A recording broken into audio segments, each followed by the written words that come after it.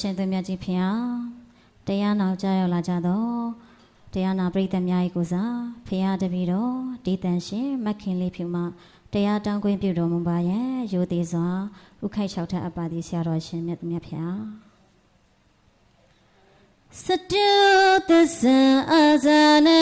တတပေါခနေနာအာဝရာမေတ္တာစိတ်တေနာဒေသိတုဓမ္မနိဗ္ဗာန်ပါပကံစတုသဇံအာဇာနတတပေါခနေနာအာဝရာမေတ္တာစိတ်တေနာဒေသိတုဓမ္မနိဗ္ဗာန်ပါပကံဗန္နေဓမ္မဒေသနာဖျားပြာကိုနေရတကြဟောညွှန်ပြ၍ဓမ္မကတိကအကျော်ဆရာတော်ဟုထင်ပေါ်ကြောကြောင်းအရှင်မြတ်ဖျားမယံအရှင်ထံပါဝင်ခါစား၍တရားမြတ်ဓမ္မခံကိုနာယူရလိုလောင်းသည်ဖျားတပည့်တော်များသည်စတုသေသံအစိရဏံအနှစ်မဖြစ်တဲ့သစ္စာလေးရဲ့တရားမြတ်ကိုအာဇာနံတံဟုတ်တိုင်းရဲ့မောင်ဧကံတီသည်မြင်မသိနိုင်ကြကုန်သည်ဖြစ်၍အာဇာနံတံရုပ်တရားကဒီလိုနံဆိုရာဒီနိဟုမခရီးလမ်းအမှန်ကိုဧကံမဲမသိနိုင်ကြကုန်သည်ဖြစ်၍တဘောခန္ဒီနာအမကိုပင်အမထင်၍အမြင်လွဲချောမောဟခေါ်ပြီးမောင်အတိဖြင့်အာဝူရာပြည်နိဗ္ဗာန်လမ်းစာကိုမှန်းဆလို့မမြင်သာအောင်အမောင်တူကြီးပိတ်ခါစီ၍ဖီစီလွမ်းမိုးအလေသောကြောင့်တုံကရုဏာတခံရင်တန်ကြည်ထွားအရှင်မြတ်ဖရာသည်မေတ္တာစိတ်တေနာတန်တရနဲ့တခွင်ကအမှန်ပကဲတင်မမည်ဟုပွားကရုဏာထားရှုပါ၍တရာယုဖိတ်မေတ္တာစိတ်ဖြင့်နိဗ္ဗာန်ပါပကံဘေးချမ်းဖြာဖြာအေးချမ်းသာသည်မဟာဗိမာန်မြတ်နိဗ္ဗာန်သို့ဧကံမသွေရောက်ရှိစေတတ်သောဓမ္မရှိပါမေခင်တကြွဝင်ပေသည်သုံးအင်းသိက္ခာဒေသနာကိုဓမ္မမတန်ကိုထင်ဇလမေတ္တာသာစေ၍ပေါ်လွင်တိတာဒေသနာကိုတေတေတုတပိတကမတွေကိုတကယ်တနာကဖြင့်အပေတို့မလာရလေအောင်ကေမကတနာ၍ဟောကြားတော်မူပါယံစေတနာတန်တန်နှင့်ခွင့်ပန်းလျှောက်ထားအပ်ပါသည်ဆရာတော်သခင်အရှင်သူမြတ်ကြီးဖရာသာဓုသာဓုသာဓုယနေ့သာသနာတော်နှစ်2569ခုမြန်မာကောသတက္ကရာ1389ခုပြာသူလပြည့်ကျော်6ရက်ခရစ်နှစ်2026ဇန်နဝါရီလ10ရက်ကြာသပတေးနေ့မင်္ဂလာရှိတဲ့ညချမ်းမှာ မြန်မာနိုင်ငံမကွေးတိုင်းမကွေးမြို့နယ်နဂတ်ကျွန်းကျေးရွာအုပ်စုအောင်မြေတာယာကျေးရွာရွှေပြည်သာဓမ္မယုံဓမ္မရှင်မတော်ကြီးအတွင်မှာရွှေပြည်သာဓမ္မယုံအောင်ပွဲဗုဒ္ဓဘိသေကဘုရားနေကစားတင်မင်္ဂလာပွဲအထိတ်အမှတ်ဖြင့်စီရင်ကျင်းပပြုလုပ်အပ်သောညအထူးဓမ္မသဘင်ပွဲဒီဓမ္မသဘင်ပွဲရဲ့9ရက်ကျင်းပရာဝဲယနေ့ပထမညမှာဓမ္မဒါနဓမ္မပူဇာမတ္တိအလူရှင်များကသာသနာ့တိုင်ကအလူတိုင်ကကြီးဥမောင်မောင်တာဟလားနော်အလူမကြီးတော့အေးအေးဝင်းခမရဟုတ်ပါပြီနော်ကိုပဲမှာနော်ဟုတ်ပါပြီအမြောက်ပဲနော်အလူတိုင်ကဥအောင်ဖြိုးဟိန်းအဲ့ဒါဥအောင်ဖြိုးအလူအမတော်ရွှေစင်သက်သမီးလားသမီးနဲ့နော်နောက်က အလူတိုင်ကဒေါက်တာသူရမောင်မောင်တားလားသူတို့ရန်ကုန်မှာနော်နောက်ကဒေါက်တာနန်းအွန်ခန်းတာကွမ်းသည်ရောင်းဝယ်ရေးမိသားစုများကမတ္တိလူတန်းကြကအားလုံးသောတရားကိုချစ်ခင်တရားကိုမြတ်နိုးတရားကိုတန်ဖိုးထားကြတဲ့သူတော်ကောင်းပေါင်းစုပေါင်းကျင့်ပတဲ့ဒီကွယ်မှာဦးဇင်းတို့အနေနဲ့ယနေ့ဂျုံလာဆုံလာကြတဲ့အားလုံးသောတန်တရာဆွေတော်မျိုးတော်သာသနာဆွေတော်မျိုးတော်ပဋ္ဌာန်းဆက်ဆွေတော်မျိုးတော်အပေါင်းတို့အားအချိန်တို့အတွင်းမှာတရားတစ်ပုဒ်ကိုလိုရင်းနှိမ့်ချုပ်ပြီးတော့ဟောကြနာကြမှာဖြစ်ပါလေဆွေတော်မျိုးတော်များအဲ့ဒီလိုခေါ်ရင်ဖယားလို့ထင်ပါနော်ဆွေတော်မျိုးတော်များဒါဘာမျိုးလဲဓမ္မပါဠိတို့နဲ့မကွေးမျိုးကပဋ္ဌာန်းဆက်တော်တော်ရှိပါတယ်ပဋ္ဌာန်းဆက်အထူးအနေနဲ့ပြောရရင်လေဦးစင်းကအသက်30လောက်မှစပြီးတော့တရားဟောတယ်ပေါ့နည်းလေတရားဟောတာနော်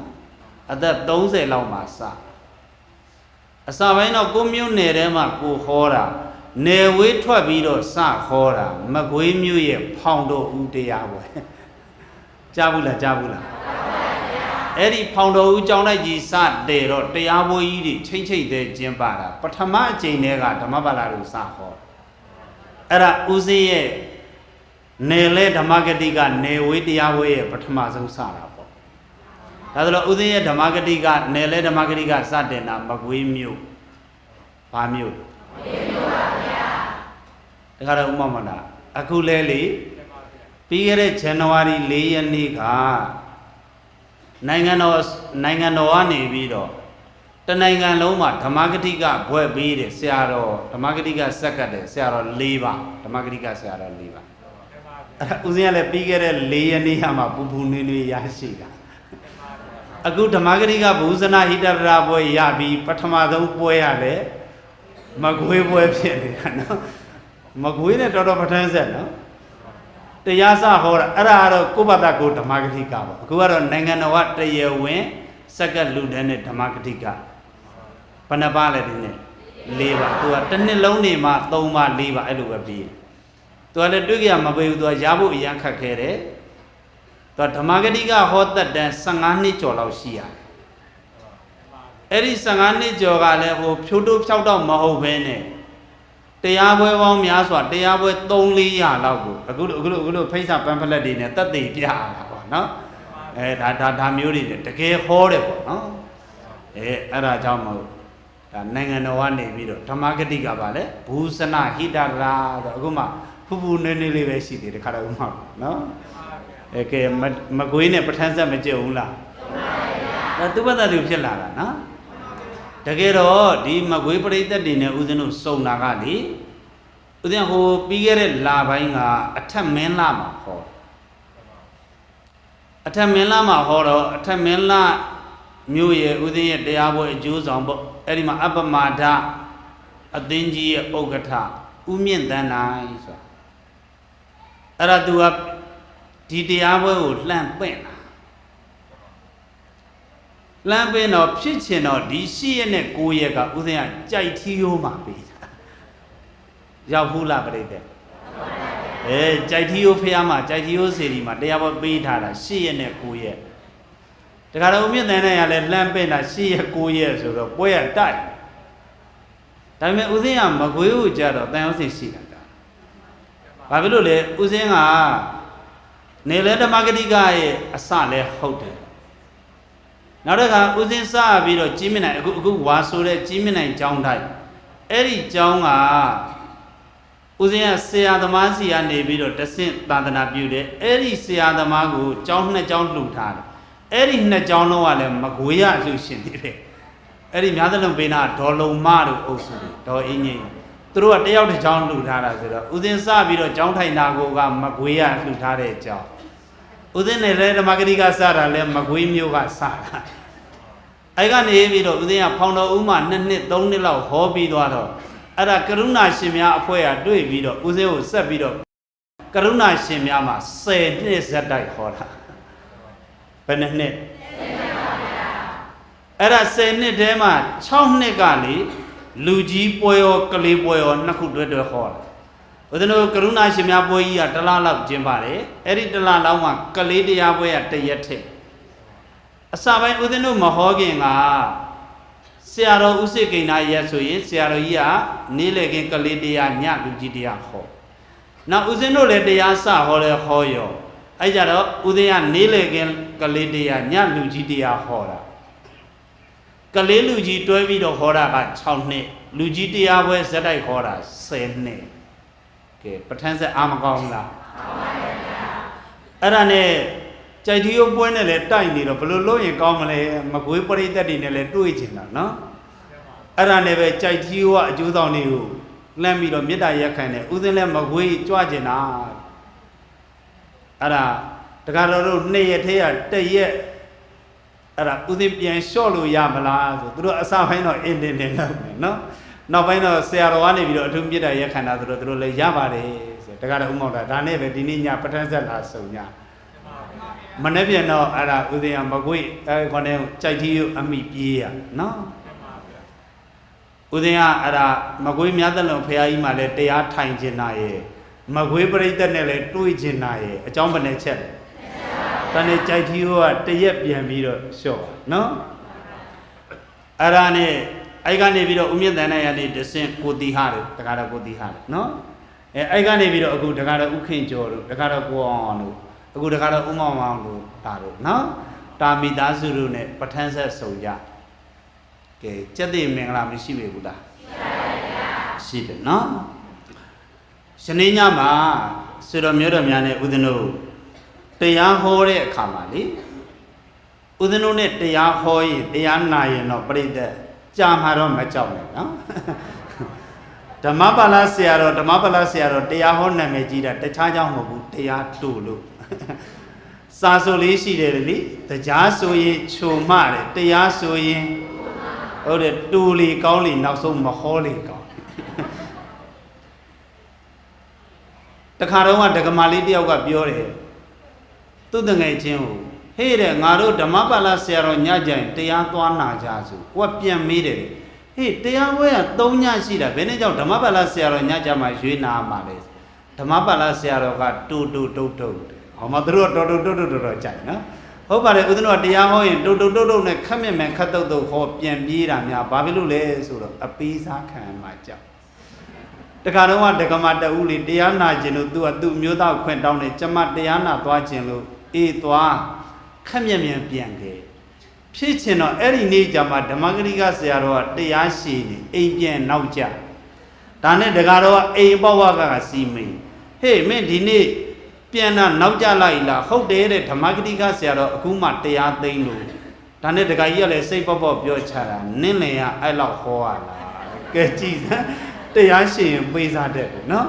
မကွေးတွေအဲ့ဒါမျိုးပေးစားမပါသေးလားမပါလဲဦးဇင်းတို့အေးတော့ခက်မြက်မြက်ခက်တုတ်တုတ်ဟောနာကြတယ်နော်ဆွေတော်မျိုးတော်များအခုဒီပွဲကြီးကဘာဓမ္မယုတ်ရွှေပြည်သာဓမ္မယုံရဲ့အောင်ပွဲနော် ဆိုတော့မြို့တော်များဦးစင်းကလေအထူးပွဲတွေကြုံတိုင်းမှာကောင်းချီးပေးပါဒါတော့မောင်တာကောင်းချီးပေးတယ်ဆိုတာစွမွန်ကောင်းတောင်းပေးတာပြောအခုဒီဥစ္စာကဓမ္မယုံဆိုတော့နော်အဲကြောင့်ဓမ္မယုံအလှရှင်တွေရောဒါတော့ကိုဒီဟာတို့ဆိုဖရားတွေရောလှူတာပါဟလားနော်ဖရားတွေလှူတာနော်တခါတော့လည်းလှူတဲ့ထဲထဲမှာလည်းပါသေးနော်ဒီထဲမှာလည်းတချို့တွေအများကြီးဒီဓမ္မယုံချီကျူးဝယ်ကောင်းတာဒီလောက်ကောင်းတဲ့ဓမ္မယုံကြီးကို၄လလောက်နဲ့အပြီးဆောက်နော်ခေါင်းဆောင်တွေလည်းတော်သလိုဝိုင်းလှူကြတဲ့အလှရှင်တွေလည်းတော်ပါတယ်ဒါကြောင့်ဓမ္မယုံကိုအကျိုးဆောင်ကြတဲ့အကျိုးဆောင်ကြီးတွေရောအလှရှင်တွေရောဝိုင်းဝန်းအားပေးကြတဲ့ပရိသတ်တွေကိုဦးဇင်းတို့ရှေးဥစွာစွန့်မွန်ကောင်းပြုဆုတောင်းပေးခြင်းနာကဓမ္မယုံမှာယရဏစုံနိုင်ပါစေဘာလဲလေယရဏတွေစုံစေခြင်းနဲ့ပေါ့ဗျာနောက်တစ်ခါဒီဥစ္စာဘာမျိုးဦးဇင်းကလေမကွေးသူမကွေးသားတွေနဲ့တွေ့တိုင်းဦးဇင်းကအမြဲတမ်းစွန့်မွန်ကောင်းတောင်းပေးတယ်နော်မကွေးတွေတထေးဖြစ်နိုင်ကြပါစေ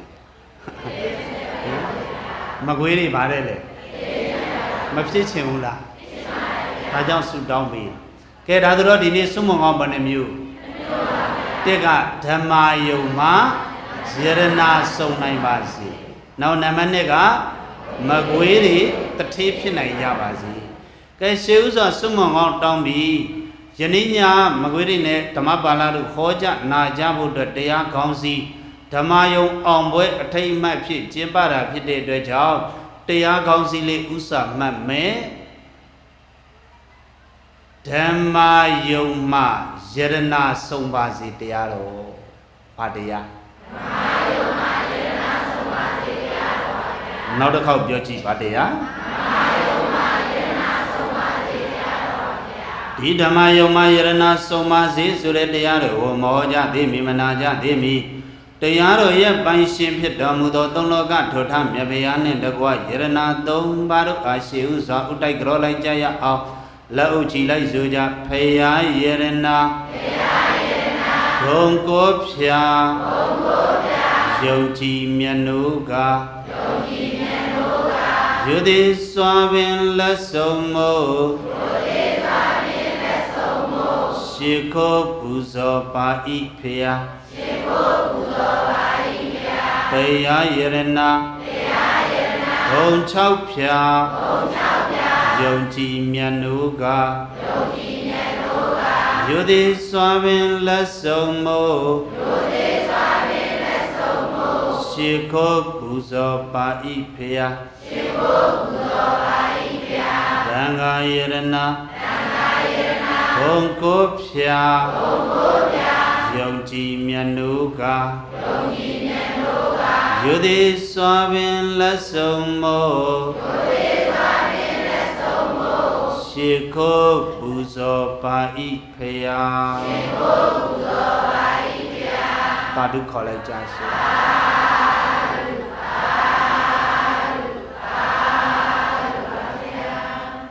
တရားတော်ရဲ့ပိုင်ရှင်ဖြစ်တော်မူသောသုံးလောကဒုဒ္ဒမြတ်ဗျာနှင့်တကွယရဏသုံးပါးတို့ကရှေးဥစွာဥတိုက်ကြောပြီးယနေ့ညဓမ္မသဘင်ပွဲစတင်ဖွင့်လှစ်ပါပြီအလုံးစုံတရားချစ်ခင်သူတော်စင်များမိမိတို့လိုလားမြတ်တဲ့ဣရိယာပုတ်နဲ့တတ်တောင့်တတ်တာချမ်းသာတယ်လို့အစဉ်ပြေတယ်လို့ထိုင်ပြီးတော့တရားဓမ္မများနာကြားနိုင်ပါလေလက်ဦးလေးတွေချထားနော်လက်ဦးလေးတွေချထားလက်ဦးလေးတွေချထားတတ်တောင့်တတ်တာလေးထိုင်အဓိကကတော့ဦးဇင်းတို့ပေးမဲ့ဓမ္မအစီနှစ်တွေဘိုက်ထဲရောက်ဖို့အဓိကဘယ်ထဲရောက်ဖို့ဆွေတော်မြို့တော်များဒီနေ့ညတရားဘာတရားတဲ့လဲဘယ်မှာဘာဆုံးဖို့စိတ်ဒီကတမဂင်္စာအတုလံဒုံလဘဒတနံအနောမာတတ္တပရိဘောဂံယတနံဒေနဥစ္စတိယတနံယတနာဆိုတာစိတ်ဒီကတံစံကြဲတယ် မဟာကံတန်ဖိုးလေကြီးမားပါပေတယ်အာတုလံအတုမရှိဖြစ်ပါပေတယ်ဒုံလဘာတသနမြင်ရခဲ့တွေ့ရခဲ့ပါပေတယ်အနောမတတ္တပရိဘောဂံမြင့်မြတ်သူတို့ရဲ့အသုံးဆောင်ဖြစ်ပါပေတယ်တခါတော့ဥမောင်တာယရနာရဲ့အဓိပ္ပာယ်တွေကိုဖွင့်ဆိုသွားတာနော်လောကမှာယရနာလို့မခေါ်ကြဘူးလားအဲ့ဒီယရနာတွေရဲ့ဂုံပုတ်တွေအများကြီးတဲ့ကဒီမှာနည်းနည်းလေးတော့ဆွဲထုတ်ပြောတာယတနာဆိုတာတစ်စမ်းချေတယ်တစ်ပါတယ်နောက်တစ်ချက်ကမဟဂန်နဲ့တန်ဖိုးလဲကြီးပါပြီနောက်တစ်ခုကဘာလဲလဲရိုးရိုးပိုက်ဆံနဲ့တူလားပိုက်ဆံနဲ့စာရင်ရွှေရပုတ္တန်မိုးကြီးတယ်ရွှေတဲ့စာရင်စိန်တို့ဗရမများတို့ပုတ္တန်မိုးမကြီးဘူးလားကြီးတယ်နော်အာတုလံနဲ့အတုမရှိဘူးတဲ့သူကပြောလို့တာကငွေကရွှေကိုတုလို့ရအဲ့ဒီရွှေဒီစိန်ကိုတုလို့ရစိန်ဒီဗရမကိုတုလို့ရမရဘူးအဲ့ဒီယရနာကသူ့စိတ်ဆိုရင်စိတ်ပဲသူကသူ့ကိုတုလို့မရဒုံလဘဒတနံနဲ့မြင်ရခဲ့တွေ့ရခဲ့တယ်တဲ့လူတိုင်းမမြင်နိုင်ဘူးလေအနောမတတ္တပရိဘောဂံနဲ့တကယ်တထေးတကြွယ်မြင့်မြတ်တဲ့ပုဂ္ဂိုလ်တွေပဲသုံးဆောင်နိုင်တယ်ကဲယရနာဆိုတာတန်ဖိုးမကြည့်ပေဘူးလားကဲလိုက်ဆိုကြည့်တန်ဖိုးကြည့်တာမြင့်မြတ်တာယရနာခေါ်ထိုက်သည်တန်ဖိုးကြည့်တာမြင့်မြတ်တာယရနာခေါ်ထိုက်သည်ဆိုကြည့်အောင်တန်ဖိုးကြည့်တာမြင့်မြတ်တာယရနာခေါ်ထိုက်သည်နောက်တစ်ခါတန်ဖိုးကြည့်တာမြင့်မြတ်တာယရနာခေါ်ထိုက်သည်စေတော်မြို့တော်များဘယ်မှာဘာဆုံးဖို့ဒီရွှေပြည်သားဓမ္မယုံကြီးမှာအဲ့ဒီလိုတန်ဖိုးကြီးတဲ့မြင့်မြတ်တဲ့ယရနာတွေစုံရင်မကောင်းဘူးလားကောင်းပါရဲ့ဗျာအဲ့ဒီလိုစုံစေခြင်းလို့ဖွင့်ပွဲလေးနော်ဒါဆိုရင်ဒီဓမ္မယုံကြီးမှာယရနာစုံကြဖို့အေးမြသားရနောက်တော့ကအောင်ဘုံလို့လည်းခေါ်တယ်ဟာဆရာတော်ကြီးနဲ့ဦးဇင်းတွေကတော်တော်တူတယ်ဆရာတော်ကြီးကလည်းတွေ့ကြရမှာတရားလိုက်ထိုင်လာတယ်နော်ဦးဇင်းကလည်းရောက်တဲ့နေရာမှာတရားထိုင်လိုက်ရမှာဒီနေ့အဲ့ဒါနေ့လေခင်ရရောက်တယ်တခါတော့ဥခင်ကျော်တို့နဲ့တွေ့လဲတွေ့ပြီးအဲ့ဒါလေမြတ်သလွန်ဖရာကြီးမှာသွား2 နာရီထိုင်ပြီးသွားတယ်ဦးဇင်းကရောက်တဲ့နေရာမှာတရားပဲထိုင်နော်အဲ့ဒါအခုမကွေးရောက်မကွေးတရားထိုင်အချိန်ရရင်ဆိုဦးဇင်းကဟိုဘက်မင်းမှုပရိပဲပါလိုက်ထိုင်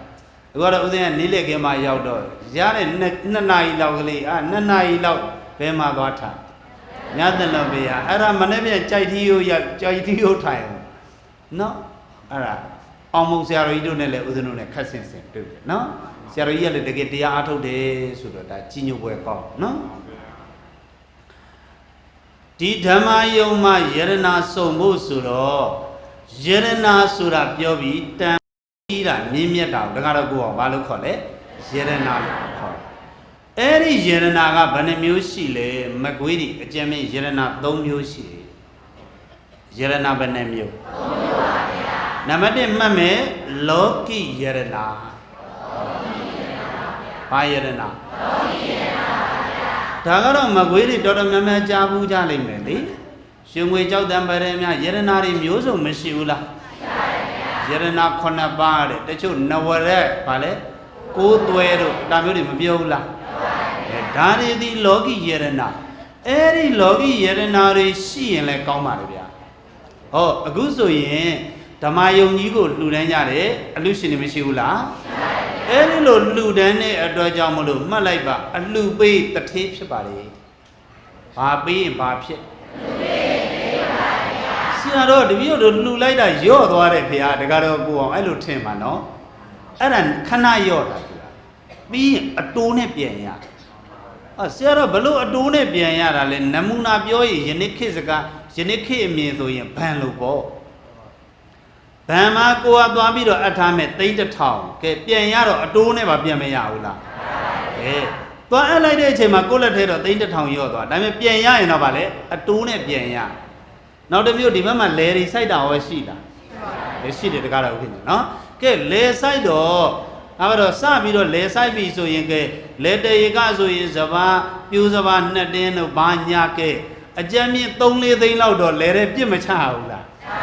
ပြစ်ချလိုက်ရတာပဲနော်အဲ့ဒီအချိန်မှာတော့ကိုရော့သွားပြီပေါ့တခါတော့ဥမောင်းဒါပေမဲ့3-4လလောက်လဲကြာလဲကြာပါလေအဲ့ဒီစဘာစီလေးတစ်စီးကဘာဖြစ်သွားစပနံကြီးတစ်ခုပြစ်သွားတော့စဘာ10စီး15စီးဖြစ်သွားတယ်ပေါ့10သား15သားပြန်မရဘူးလားဒီကတော့ဥမုံတာအဲ့ဒီဒါနဆိုတာလဲသူနဲ့အတူတူပဲဒါနဆိုတာလဲဆိုင်တယ်လို့ပဲတနည်းပြောရင်ဗန်အပ်တယ်လို့ပဲအခုတော့ရော့မသွားဘူးလားရော့တယ်ဓမ္မယုံအလှရှင်တွေဟောတရားပွဲအလှရှင်တွေနော်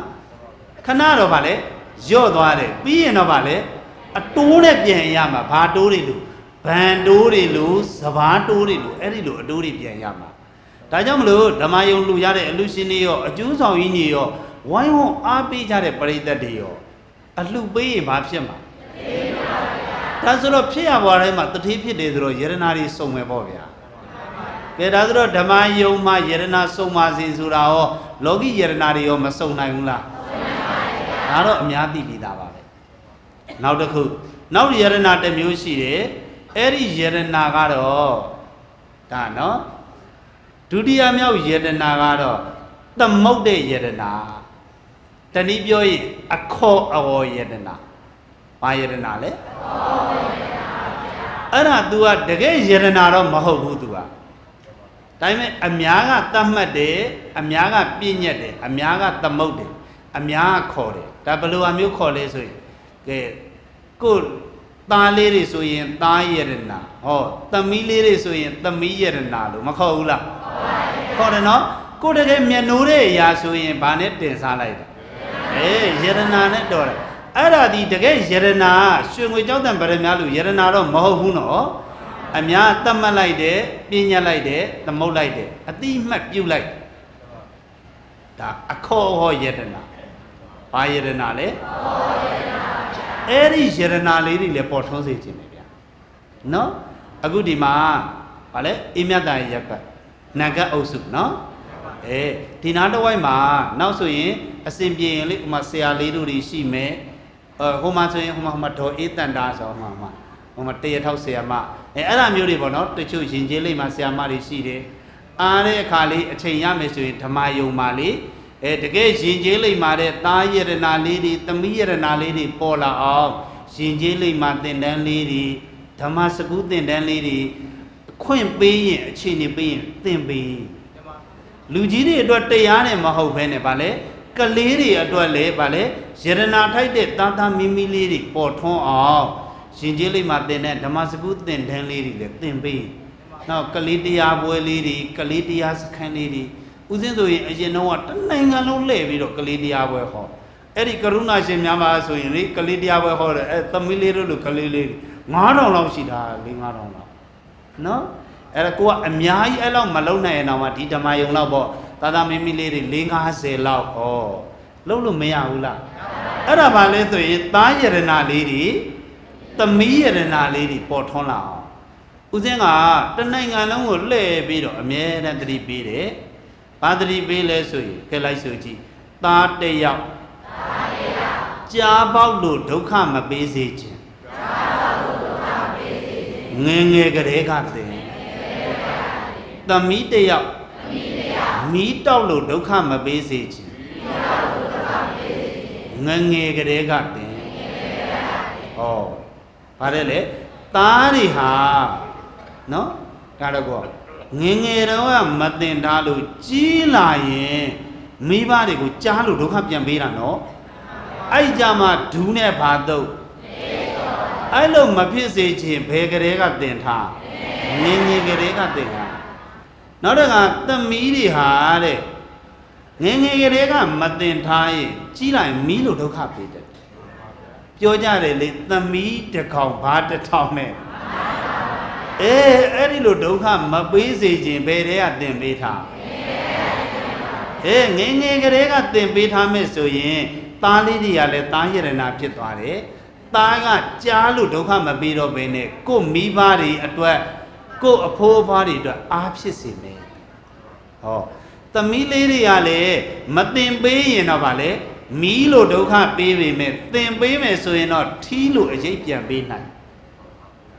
ကဲကြားဖြစ်စေချင်တာလားအားဖြစ်စေချင်တာမီးဖြစ်စေချင်တာလားထီးဖြစ်စေချင်တာဒါဆိုရင်ပြစ်ထားမှာလားငယ်ငယ်ကလေးကသင်ပေးရရတနာထိုက်အောင်ငယ်ငယ်လေးကမွေးမြူထားဦးဇင်းတို့အခုလိုသာသနာပြုလုပ်ငန်းတွေလုပ်နိုင်နော်အဲ့လိုလုပ်နိုင်နေဆိုဦးဇင်းတို့ကိုမိဘတွေငယ်ငယ်လေးတွေကသွန်သင်ပေးဘလောက်သင်ပေးလဲဆိုရင်လေဦးဇင်းရဲ့အဖွားတွေကဦးဇင်းကို9နှစ်သားတွေကဥပုသ်ဆောင်တာ6နှစ်သားရောက်တော့တက်တက်လွတ်စားပြီ9နှစ်သားရောက်တော့မီးလွတ်စားပြီစားဘူးလားမကွေးတွေမီးလွတ်ဆိုတာမီးနဲ့ပတ်သက်တာမစားရဟိုအလိုလိုမဲ့တဲ့တရက်သီးတို့ငပြောသီးတို့အဲ့ဒါပဲစားရတယ်သူကမီးနဲ့ပတ်သက်တာအလိုမှမစားရတော့ဟုတ်သွားတယ်အဲ့လို10နှစ်သားရောက်တော့ကိုရင်ဝက်ပြီ9နှစ်သားရောက်တော့လေဟိုကြားဘူးလားမိုးကုတ်ဆော့ဝိုင်းဆိုတာကြီးလေအဲ့ဒါ9နှစ်သားရောက်တော့မိုးကုတ်ဆော့ဝိုင်းကြီးတင်နေတက်နေပြီ10နှစ်သားရောက်တော့ပလင်ပေါ်တက်ပြီးတော့တရားဟောပြီ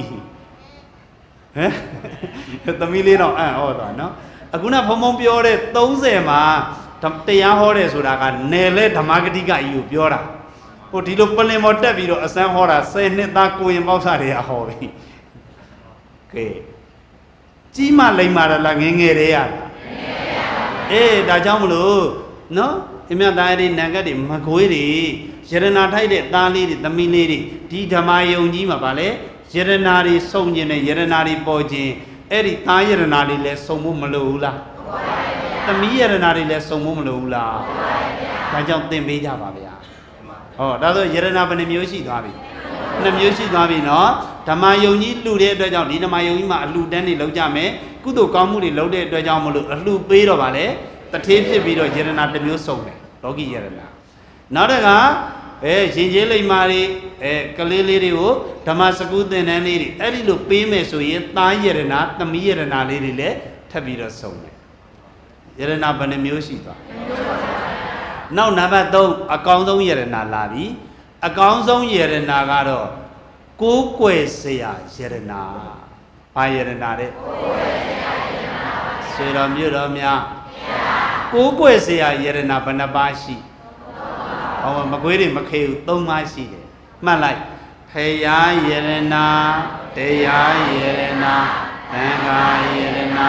ယရနာဘယ်နှပါးအဲ့ဒီယရနာတွေလဲစုံသေးခြင်းတယ်ဗျာဘယ်မှာစုံရမလဲဓမ္မယုံမှာစုံရနော်ဒါဆိုတော့ဦးဇင်းတို့ဖယားယရနာစုံအောင်ဘယ်လိုလုပ်မလဲဟုတ်တာနော်ကဲလိုက်ဆိုကြဖယားကိုယ်ွယ်တကူကျွယ်အပေမကြနိဗ္ဗာန်ရာဖယားကိုယ်ွယ်တကူကျွယ်အပေမကြနိဗ္ဗာန်ရာဆိုကြည့်ရအောင်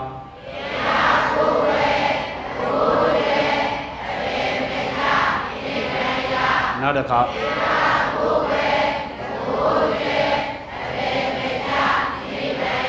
ဆွေတော်မြို့တော်များဘာကိုးကွယ်ခြင်းဘာရီကျွယ်မယ်ဘုံတဘိုးတွေကြီးမားမယ်ဘယ်မကြဘူးလေနောက်ပိုင်းကျရင်ဘာအထိပါရနိုင်ကဲတခါတော့မောက်တာမကောင်းမေ့ဘူးလားဖယားကိုးကွယ်တယ်ဆိုတဲ့နေရာမှာကိုးကွယ်ပုံ2မျိုးရှိတယ်နော်တစ်ကအာမိတနဲ့ကိုးကွယ်တာအာမိတဆိုပစ္စည်းနဲ့ကိုးကွယ်တာဘာကိုးကွယ်တာအခုဆိုရင်ဒါဆိုရင်ဒါဖယားလှူတဲ့အလူရှင်တွေရှိမယ်နော်နောက်တစ်ခါဖယားပလင်နေဖယားခန်းနေမရှိဘူးလားအဲ့လိုဖယားခန်းနေတိဆောက်မယ်ဖယားပလင်နေနောက်ပြီးတော့ဖယားပူဇော်မယ်ပြီးတော့အဲ့ဒီလိုပူဇော်ပြီးတော့အခုဖယားနေကစားတင်မယ် ပြီးတော့ဖျားပန်းရေချမ်းကတ်မယ်ဒါတွေကစသည်ရပါလေပစ္စည်းနဲ့ကိုးကွယ်တာဘာနဲ့ကိုးကွယ်ပစ္စည်းနဲ့ကိုးကွယ်တာနောက်တစ်မျိုးမှတ်လိုက်တရားနဲ့ကိုးကွယ်တာဘာကိုးကွယ်တရားနဲ့ကိုးကွယ်တာအဲ့ဒါကကြတော့ဘာလို့မလဲဆိုရင်ဖျားရှိခိုးမယ်ဖျားမှာဓမ္မစကြာတွေရွတ်မယ်ပဋ္ဌာန်းတွေရွတ်မယ်ဟောဖျားမှာတရားထိုင်မယ်ဖျားဖြစ်စေခြင်းနဲ့ဖျားစကားနားထောင်ပြီးတော့ဖျားကျင့်စေခြင်းနဲ့တရားတွေကိုကျင့်မယ်အဲ့ဒါဒီမြတ်စွာဘုရားကိုဘာနဲ့ကိုးကွယ်တာတရားနဲ့ကိုးကွယ်တာဆွေတော်မြို့တော်များဖျားကိုးကွယ်ပုံဘယ်နှမျိုးပစ္စည်းနဲ့ကိုးကွယ်တာတရားနဲ့ကိုးကွယ်ဘာနဲ့ကိုးကွယ်ပိုကောင်းတာပါမြတ်စွာဘုရားပူကြိုက်တာတော့တရားနဲ့ကိုးကွယ်တာဖျားပူကြိုက်ဘာနဲ့ကိုးကွယ်တာပူကောင်းဒါကြောင့်ဆွေတော်မျိုးတော်များအခုဖျားကန်တိဆောက်တဲ့တာဓုခေါ်တယ်ဖျားပလင်တိဆောက်တယ်ဗာလေတာဓုခေါ်တယ်ဖျားကြီးပူဇော်တဲ့တာဓုခေါ်တဲ့အနေကစားတင်းတဲ့အဲ့ဓာတွေနဲ့မကပဲနဲ့ဘာဒီပါလောက်အောင်မလဲဖျားရှိခိုးမယ်ပရိတ်ရွတ်မယ်ပဋ္ဌာန်းရွတ်မယ်ဓမ္မစကြာရွတ်မယ်ဟောပို့ပြီးတော့မကောင်းဘူးလား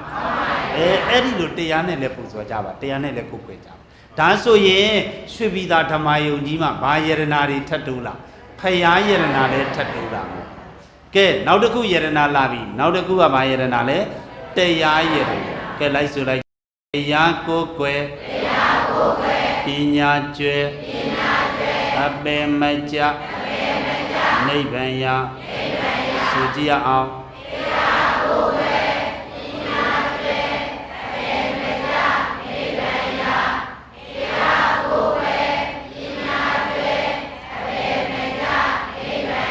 ဟောဘာကိုကွယ်ရင်အဲ့ကြတော့ဘာတွေကျွဲမယ်တဲ့လေဩတရားစာတွေများများဖတ်မယ်တရားတွေများများလေ့လာမယ်ဆိုရင်ရိုးရိုးပညာတွေမကဘဲနဲ့သူ့ရဲ့ဉာဏ်ပညာတွေကပို့ပြီးတော့အစပေါင်းများစွာပိုကောင်းလာမယ်အပယ်မကြဘူးဘာပါရဒါလေးကိုတော့ခဏကြော်မယ်ပြီးသွားရင်နံပါတ်3ဘာယရနာကဲဆိုလိုက်ကြတန်ခါကိုကွယ်စီစိန်ကျွဲအပေမကြနိဗ္ဗာန်ရာဆိုကြည့်အောင်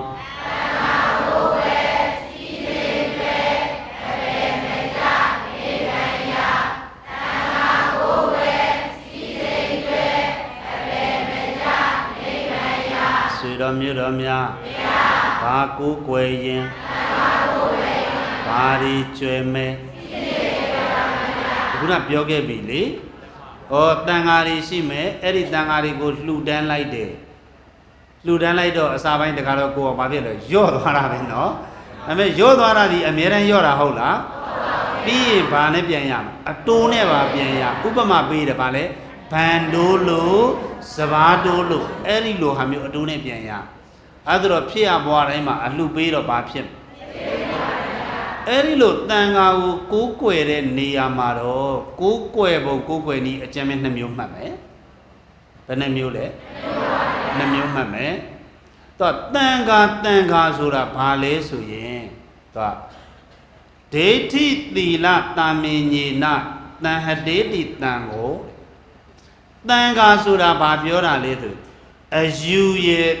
သီလရဲ့ဘာရဲ့လဲအဲ့ဒီအယူဆိုတဲ့တရားအယူစနော်အယူအမြင်အယူအစရဲ့သီလရဲ့အဲ့ဒီနှစ်ခုကောင်းလို့ပေါင်းဆက်ထားတဲ့အဖွဲ့အစည်းကိုတန်ခါလို့ခေါ်တာဒါကတော့ဥမောက်တာဟောတွေးကြရအောင်တန်ခါလို့ပြောတာမဟုတ်ဘူးနော်တန်ခါဆိုတာဘာနဲ့ကောင်းလို့အယူလဲကောင်းလို့သီလလဲကောင်းလို့အဲ့ဒီနှစ်ခုပေါင်းဆက်ထားတာကိုဘာလို့ခေါ်လဲတန်ခါလို့ခေါ်တယ်ဟောဒါဆိုတော့လူတွေအဖွဲ့အစည်းပေါင်းထားတာကိုတန်ခါလို့ခေါ်လို့ရမရဘူးနော်အယူနဲ့သီလနဲ့နှစ်ခုကောင်းပြီးတော့ပေါင်းဆက်ထားတာကိုတန်ခါလို့ခေါ်ဒါဆိုတော့တန်ခါကိုကိုးကွယ်ရင်အယူတရားဓမ္မတွေကောင်းလားစစ်နောက်တစ်ခုသီလကောင်းလားစစ်ဟောဘယ်နှမျိုးစစ်ရအဲ့ဒီ2မျိုးစစ်မယ်စစ်ပြီးသွားရင်မကွေးတွေမလုပ်ရမလဲတကယ်လို့ကိုစစ်လိုက်လို့ကိုစိတ်တိုင်းကြမဖြစ်ဘူးဆိုရင်တော့တန်ခါဆိုတဲ့အထိမ့်မှတ်နဲ့ကြီးညိုလိုက် ကိုစစ်လိုက်လို့အားမရဘူးဆိုရင်ဘယ်လိုလေးပဲကြည်ညိုလိုက်တော့တန်ခါဆိုတဲ့အာယုံလေးပြုတ်ပြီးတော့အများပဲရေပုံရအနေနဲ့ကြည်ညိုလိုက်တော့စစ်လိုက်လို့ကိုဆရာတော်ဒီဆရာတော်ကအယူအဆတရားဓမ္မတွေလည်းကောင်းတယ်အကျင့်သီလတွေလည်းကောင်းတယ်သီလကျင့်စဉ်တွေလည်းအောင်နေဆိုရင်တော့ဆရာမှတ်မှတ်သမားမှတ်မှတ်ပါတယ်လေအဲ့ကြရင်တော့အဲ့ဒါမျိုးနှစ်မျိုးလုံးကောင်းတဲ့ဆရာတော်ဆိုရင်တော့ဆရာမှတ်မှတ်သမားမှတ်မှတ်ကိုးကွယ်ရတာတခါတော့ဖြစ်ကြတန်ခါကိုးကွယ်နေနှစ်မျိုးနော်ဘာနဲ့စစ်ရမှာလဲအယူတရားဓမ္မတွေရဲ့သီလရဲ့နှစ်ခုနဲ့တိုက်စစ်ကြည့်တကယ်လို့ကိုယ်စိတ်တိုင်းကြမဖြစ်ဘူးဆိုရင်တော့ဘာလို့ပဲလဲတန်ခါဆိုတဲ့တန်ခါခုံကိုပဲအာယုံပြုတ်ပြီးတော့ပူဇော်လိုက်တော့အများနဲ့ရောပြီးတော့စစ်ကြည့်လိုက်လို့ငါတို့ဆရာတော်ဒီအယူအဆတရားဓမ္မတွေလည်းအားကောင်းတယ်သီလကျင့်အကျင့်တွေလည်းကောင်းတယ်သီလကျင့်စဉ်တွေလည်းအောင်တယ်ဆိုရင်တော့ဘာမှတ်မှတ်ဆရာမှတ်မှတ်တမမှတ်မှတ်ကိုးကွယ်လိုက်တော့တကယ်လိုက်ဆိုကြည့်ကြီးညိုရာမှာအများတန်ခါကိုးကွယ်ရာမှာရွေးချယ်ပါကြီးညိုရာမှာအများတန်ခါကိုးကွယ်ရာမှာရွေးချယ်ပါဆိုကြည့်ရအောင်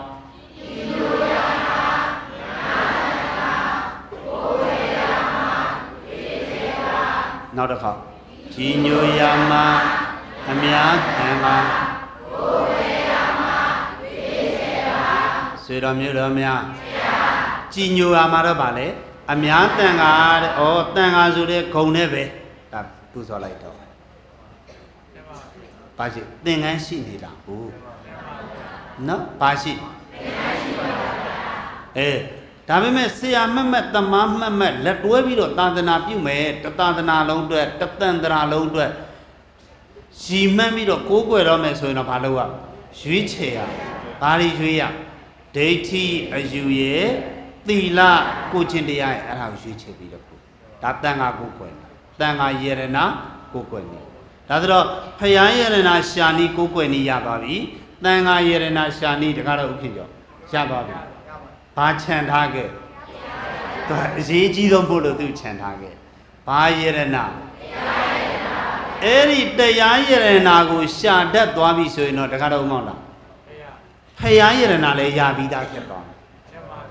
တရားယရဏကိုလည်းရပြီးသားဖြစ်သွားမယ်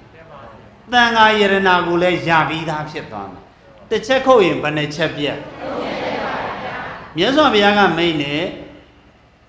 ယောဓမ္မံပတ္တတိသောမံပတ္တတိတရားကိုမြင်ရင်ဖယားကိုမြင်တယ်ပြောကြည့်ရအောင်တရားကိုမြင်ရင်ဖယားကိုမြင်ပါတယ်ဒါဆိုတော့တရားကိုမြင်ဖယားမြင်ပြီဆိုတော့တရားကိုရရင်ဖယားလည်းရပြီပေါ့နောက်တော့ကတန်ခါဆိုတာလေပြောပြီးဒီတရားတွေကျင့်လို့ပါလေတန်ခါလို့ခေါ်တာဆိုတော့တရားရပြီဆိုရင်တော့တန်ခါကိုလည်းစနစ်တကျရွေးချယ်တတ်ပြီပေါ့ဒါဆိုတော့တကားတော့ကိုအောင်တရားကိုသာရအောင်ရှာလိုက်ပါတစ်ချက်ခုတ်ဘယ်နှချက်ပြက်တစ်ခုရရင်သုံးခုလုံးရပြီပေါ့ကဲဒါဆိုတော့တရားရှာတတ်ဖို့အရေးမကြီးဘူးလားဒါကြောင့်နောက်ဆုံးအနေနဲ့သူ့ကိုထားပါတယ်ဗျာဘာယရဏဆွေတော်မျိုးတော်များလိုချင်လားတရားယရဏတရားယရဏလိုချင်တော့အနှစ်ချုပ်ပေးခဲ့မယ်ဥဒိရဲ့ညာဘက်မှာစဝိုင်းကြည့်မယ်တွေ့ဘူးလားဒီစဝိုင်းဘယ်မှာတွေ့ဘူးမိုးကုတ်တရားစခန်းမကွေးတွေတွေ့ဘူးတဲ့မိုးကုတ်တရားစခန်းမှာတွေ့ဘူးတဲ့စဝိုင်းကလွန်ခဲ့တဲ့နှစ်90ကျော်ကကျေးဇူးတော်ရှင်မိုးကုတ်ဆရာတော်ဘုရားကြီးတည်ထင်ထားတဲ့မိုးကုတ်စဝိုင်းအခုမြန်မာမှာတွေ့နေတာကတော့ဦးဇင်းတို့တည်ထွင်ထားတဲ့ဓမ္မစကြာစဝိုင်းဝိုင်းနာခြင်းတော့တူတယ်တရားချင်းမတူမိုးကုတ်ဆရာတော်ကြီးကပဋိစ္စသမုပ္ပါဒ်ကိုစဝိုင်းတည်ထွင်ထားတယ်ဦးဇင်းတို့ကဓမ္မစကြာကိုစဝိုင်းထွင်ထားတယ်တရားချင်းတူလားမတူနောက်တစ်ခါမိုးကုတ်ဆရာတော်ကြီးက 2000ခုနှစ်ကရှေ့ပိုင်းဆိုတော့20ရာစုခေတ်စဝိုင်းဦးစင်းရဲ့စဝိုင်းက2000ရဲ့နောက်ပိုင်းမှာတီထွင်တာဆိုတော့တကားတော့ကော21ရာစုခေတ်စဝိုင်းရာစုခေတ်ကတူရဲ့လားမတူဘူးနောက်တစ်ခါအကွက်ချင်းလည်းမတူဘူးမိုးကုတ်ဆရာတော်ကြီးရဲ့စဝိုင်းကအကွက်4ကွက်ဦးစင်းရဲ့စဝိုင်းကအကွက်3ကွက်ရှိတယ်ဆွေတော်မျိုးတော်များဘာစဝိုင်းနဲ့တချို့ကဦးစင်းကိုမေးတယ်ဆရာတော်တရားတွေဒီလောက်အများကြီးရှိတဲ့တဲတွေမှာဘယ်နဲ့ကြောင့်ဓမ္မစကြာကိုအရင်ဆုံးတီထွင်တာလဲသူတို့စိတ်ဝင်စားလို့မေးတာကဲမကွေးတွေကြားမှုကြလိမ့်မယ်မြတ်စွာဘုရားကတရားတွေအားလုံးထဲမှာဥဖြားဖြားဘယ်တရားကိုအရင်ဆုံးဟောအဖေမြတ်စွာဘုရားကဓမ္မစကြာကိုအရင်ဆုံးဟောတဲ့အတွက်ကြောင့်သားတော်ဖြစ်တဲ့ဓမ္မပါဠိကလည်းအဖေစကားနားထောင်ဓမ္မစကြာကိုအရင်ဆုံးတည်ထွင်ရပါတယ်ဗျနောက်တစ်ချက်ဓမ္မစကြာကိုစဟောတာကဝါဆိုလာပြည့်နေ့ဆရာလေးတွေကြားမှုတယ်နော်ဟောပြီးတာက9ရက်ကြာတယ်ဆိုတော့ဝါစုလာပြည့်ကျော်4ရက်နေ့ညမှာပြီးသွားတယ်လာပြည့်ရဲ့1ရက်ရဲ့2ရက်3ရက်4ရက်5ရက်ကြာတာဟုတ်ဝါစုလာပြည့်ကျော်4ရက်နေ့ညမှာဟောပြီးသွားဗုဒ္ဓဝုနေ့ညနောက်တစ်ခါဒုတိယမြောက်ဟောတဲ့တရားကအနတ္တလက္ခဏာတုတ်ကြတော့ဝါစုလာပြည့်ကျော်9ရက်နေ့ညမှာဟောတယ်ကြာတာပရိည4ရက်ညနဲ့5ရက်ညဦးစင်းကအဲ့ဒီနှစ်ခုရဲ့ဂျာဝါဆိုလာပြီးတော့9ရက်နေ့မနက်ကြာသပတေးနေ့မနက်မှာဦးစင်းကိုမွေးတာတခါတော့ဟောဒါကြောင့်ဒီဓမ္မစကြာကဦးစင်းရဲ့ဖွာပတ်တော်တငယ်ချင်းဒါကြောင့်ကိုယ်တငယ်ချင်းဖြစ်လို့ကိုယ်အရင်ဆုံးတီထွင်ပါလေဗျာဘာဆက်ဝိုင်းနောက်တစ်ခါမိုးကုတ်ဆက်ဝိုင်းကအကွက်ဘယ်နှကွက်ဦးစင်းရဲ့ဆက်ဝိုင်းကအကွက်ဘယ်နှကွက်ဘာဖြစ်လို့အကွက်3ကွက်ဖြစ်ရတာလဲဆိုရင်အခုနဓမ္မဆိုတဲ့တရားကဓမ္မခန္ဓာပေါင်းဘယ်လောက်ရှိ84,000ဘယ်လောက်များတယ်ပဲပြောတကားတော့ဥမောင်တာအနှစ်ချုပ်လိုက်ရင်3ခုပဲရှိတယ်သီလရယ်တမာတိရယ်ဟောမခွေးတွေမခေဘူးအနှစ်ချုပ်လိုက်တော့ဘယ်နှမျိုးလဲဘာတွေလဲဒါကြောင့်ဦးစင်းကအလဲကောင်းမှာဓမ္မဆိုတဲ့တကားတော့ဥခင်ကျော်ဓမ္မဆိုတဲ့တရားယရနာကြီးကိုအလဲကောင်းမှာဘ ਹੁ ချက်ထားလိုက်တယ်အဲ့ဒါကိုအုပ်စုဖွဲလိုက်တော့သီလသမာဓိပညာဒါဆိုတော့ဦးစင်းရဲ့စဝိုင်းကအကွက်ဘယ်နှကွက်ရှိသွားကဲမှတ်မလွယ်ဘူးလားဒါလေဒါဆိုရင်မကွေးတွေဒီဓမ္မဆိုတဲ့တရားယရနာကိုရွှေပြည်သားဓမ္မယုံကြီးမှာဘယ်လိုရှာကြမလဲအေးမြတ်တရားမှာဘယ်လိုရှာမလဲအောင်ပုံမှာဘယ်လိုရှာမလဲမကွေးမှာဘယ်လိုရှာမလဲရှာပုံရှာနည်းမသိချင်ဘူးလားသိချင်ပါတယ်ဗျာသိချင်တယ်ဆိုရင်သီလယရနာကိုဘယ်လိုရှာမလဲတမာတိကိုဘယ်လိုရှာမလဲပညာကိုဘယ်လိုရှာမလဲဒါသိဖို့လိုတာပေါ့ရှာခြင်းတယ်ဆိုရင်ဤစနစ်ပေးမယ်သူ့အနောက်မှာကြည့်ဗါတဲ့လေစကလုံးလေးရသိက္ခာပြောကြည့်ရအောင်ဘာပြောရတာလဲသိက္ခာမကွေးတွေသိက္ခာဆိုတာဘာပြောမှတ်လိုက်ပါသိက္ခာဆိုတာကျင့်စဉ်ကိုပြောတာဘာကိုပြောတာ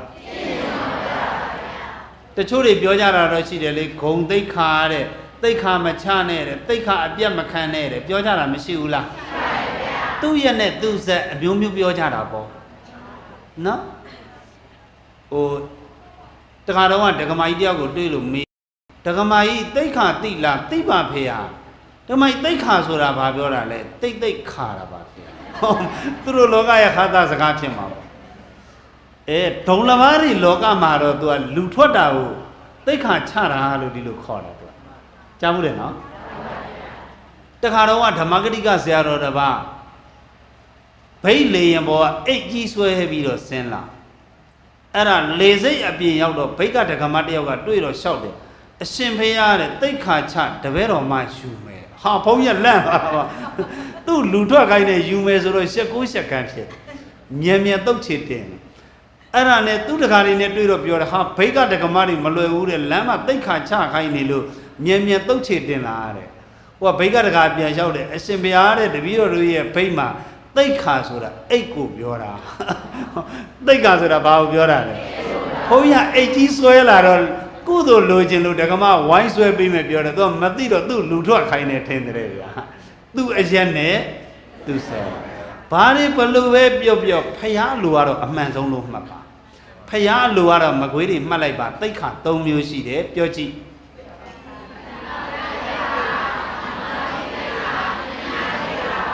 သိက္ခာဘယ်နှမျိုးသိက္ခာဆိုတာကျင့်စဉ်ကိုပြောတာဟောဒါဆိုတော့မကွေးတွေတရားယရနာကိုရှာခြင်းနဲ့တရားယရနာဗိုက်ထဲရောက်ခြင်းနဲ့ဆိုရင်အစဉ်အတိုင်းကျင့်ရမယ်အရေးကြီးတယ်နော်အရေးကြီးတယ်ဘယ်လိုကျင့်ရမြတ်စွာဘုရားကအထူးသတိပေးတယ်တကားတော့မောင်လားအနုပုပ္ပသိက္ခာတဲ့ဒီသုံးခုကိုအစဉ်အတိုင်းကျင့်ရမယ်တဲ့အနုပုပ္ပပฏิပဒါတဲ့အစဉ်အတိုင်းကျင့်ရမယ်အနုပုပ္ပကရိယာတဲ့အစဉ်အတိုင်းလုပ်ရမယ်ဖားခုံတယ်လို့ကြော်ခုံရမှာလားအစဉ်အတိုင်းလားဒါကြောင့်မလို့မကွေးတွေတကယ်တရားရခြင်းသီလကိုအရင်ကျင့်ပြီးရင်အောင်ရင်သီလအောင်ရင်တမာတိကိုဆက်ကျင့်တမာတိအောင်ရင်ပညာကိုကျင့်ကပောက်တိကပောက်ချကျင့်ရမှာလားအစဉ်အတိုင်းကျင့်ရသီလရှင်တွေအရေးကြီးတယ်နော်ဒါအရေးကြီးလို့ပြောလောကပညာရေးနဲ့ပြောမယ်ဆိုရင်သီလကမူလတန်းပညာရေးနဲ့တူတယ်တကားတော့တမာတိကအလယ်တန်းပညာရေးနဲ့တူဒီပညာထဲမှာဒီအရှိဆုံးကပညာထဲမှာဒီကဉာဏ်စီကြီးက16ဆင့်ရှိတယ်သူကအဲ့ဒီ16ဆင့်တွေကဒီ2ဆင့်ကတက္ကသိုလ်ဝင်တန်းနဲ့တူတယ်ဒီ3ခုမြောက်ဒီကနေစပြီးတော့ဒါဝိပဿနာလို့ခေါ်တယ်အဲ့ဒီဝိပဿနာတွေစသည်ကတော့ဒါကတက္ကသိုလ်နဲ့ဘွဲရတာတွေနဲ့တူတယ်ဆွေတော်မျိုးတော်များမျက်စိနဲ့မြင်သွားပြီလားဦးဇင်းတို့လောကမှာပညာရေးမှာလေဟိုကလေးကကြောင်းတန်းတက်ရင်အလေတန်းတန်းတက်တာလားမူလာတန်းစတက်အဲ့ဒီအတိုင်းပဲတဲ့မကွေးတွေလည်းတခက်တရားကိုနှစ်ကအနှစ်ရခြင်းနဲ့ဆိုရင်ဘယ်ကစကျင့်အရေးကြီးလို့သတိပေးနေတာနော်တချို့ကအခုမှတရားမလုပ်ရသေးဘူးအောက်မှဝိပဿနာမှတ်လိုက်ပါဝိပဿနာဆိုတာဝါရှိမှဝိဖြစ်တာပါဘာရှိမှဘာဖြစ်တာသီလကျင့်စဉ်တွေအောင်ပြီးမှတမာတိကျင့်စဉ်တွေအောင်ပြီးမှပညာကျင့်စဉ်တွေကဒီဉာဏ်စဉ်နှစ်ဆင့်ကိုရပြီးမှသုလသောတာပန်ဖြစ်တယ်ဘာသောတာပန်အဲ့ဒီသုလသောတာပန်ဖြစ်ပြီးမှဝိပဿနာရှုလို့ရတာဗျာတာမန်ကလေးကလားတွေရှုလို့ရလားဒါပေမဲ့ယနေ့ခေတ်တရားစခန်းဝင်လိုက်တာနဲ့ဘာစရှုတဒမ်းမအောင်တဲ့ကလေးတက္ကသိုလ်တက်တယ်လို့ဖြစ်သဘောရှင်းရဲ့ထားလိုက်တော့ဒါဆိုရင်မကွေးတွေဓမ္မယရဏတရားယရဏရခြင်းနဲ့ဆိုရင်တရားယရဏကြီးဘယ်နှမျိုးသီလသိသွားပြီနော်ဒါဆိုရင်အဲ့ဒီ3မျိုးဆိုတာဆရာတော်ဘာပြောတာလဲဆိုရင်အဲ့ဒီသီလဆိုတာဘာပြောတာလဲဆိုရင်သီလကျင့်စဉ်အောင်ဖို့ဆိုရင်ကိုယ်နှုတ်ကိလေသာချုပ်ရမယ်ဘာချုပ်ရဟောဒါကိုမြင်သာအောင်ပြောရရင်ဒီတရားယရဏဆိုတဲ့အနှစ်ကြီးကိုရခြင်းနဲ့ဆိုရင်မှတ်လိုက်စကားလုံးလေးအကာကိုပြစ်လို့အနှစ်ကိုရှာငါကောကြားဘူးလားဘာကိုပြစ်လို့ဘာကိုရှာဒီအိမေတာရူပမှာလေအုံသီးရှိလားရှိပါဗျာအဲ့ဒီအုံသီးရဟို့အထဲထဲမှာပါရှိအုံးရည်မရှိဘူးလားအဲ့ဒီအုံးရည်ကိုရခြင်းအက3ထပ်ခွာတိအုံးစံဘက်ကြီးခွာရမယ်ရပြီလားအုံးရည်ကဲတခါအုံးမခွတ်အမာကြီးကိုတခါထက်ခွာတွေ့ပြီလားအုံးရည်နံပါတ်3အသားကြီးကိုထက်ခွာလိုက်တော့မှဘာရကဲဒါဆိုတော့တခါတော့ဥမောင်းတာအုံးရည်ရခြင်းနဲ့ဆိုရင်ဘယ်နှထက်ခွာအဲ့ဒီအတိုင်းပဲတဲ့တရားတွေအားလုံးရဲ့အနှစ် ထိတ်ခေါင်ကြီးဖြစ်တဲ့နိဗ္ဗာန်ကိုရခြင်းမကွေးတွေအကာသုံးထက်ခွာဘာအကာတွေလဲဆိုရင်မှတ်တိကိုနှုတ်ကိလေသာအကာကိုခွာပြောလို့တာကကိုနဲ့နှုတ်နဲ့အကုသို့မလုပ်ရတော့ရှားပြီလားနိဗ္ဗာန်အဝေးကြီးကျန်နေနှစ်စိတ်ကိလေသာကိုပါတစ်ခါထက်ခွာတခါတော့ကိုကပြောလို့တာကစိတ်နဲ့ပါအကုသို့မလုပ်တော့နဲ့တချို့ကခန္ဓာကိုယ်နဲ့တာမလုပ်တာဗာလီနဲ့တော့လုပ်သေးစိတ်နဲ့ပါမလုပ်တော့နဲ့ရှားပြီလားနိဗ္ဗာန်မရသေးဘူးနံပါတ်3အတွင်းကိလေသာကိုပါတစ်ခါထက်ခွာအောင်အဲ့ဒီ3ခုလုံးခွာပြီးမှဘာကိုရဟောဆွေတော်မြို့တော်များကဲဒါဆိုတော့တကယ်တရားအစီနှစ်တွေရခြင်းလဲဆိုရင်အကာကြီးဘယ်နှထက်ခွာမယ်ဘာတွေလဲကိုကိလေသာစိတ်အတွင်းကိလေသာပြန်ပြော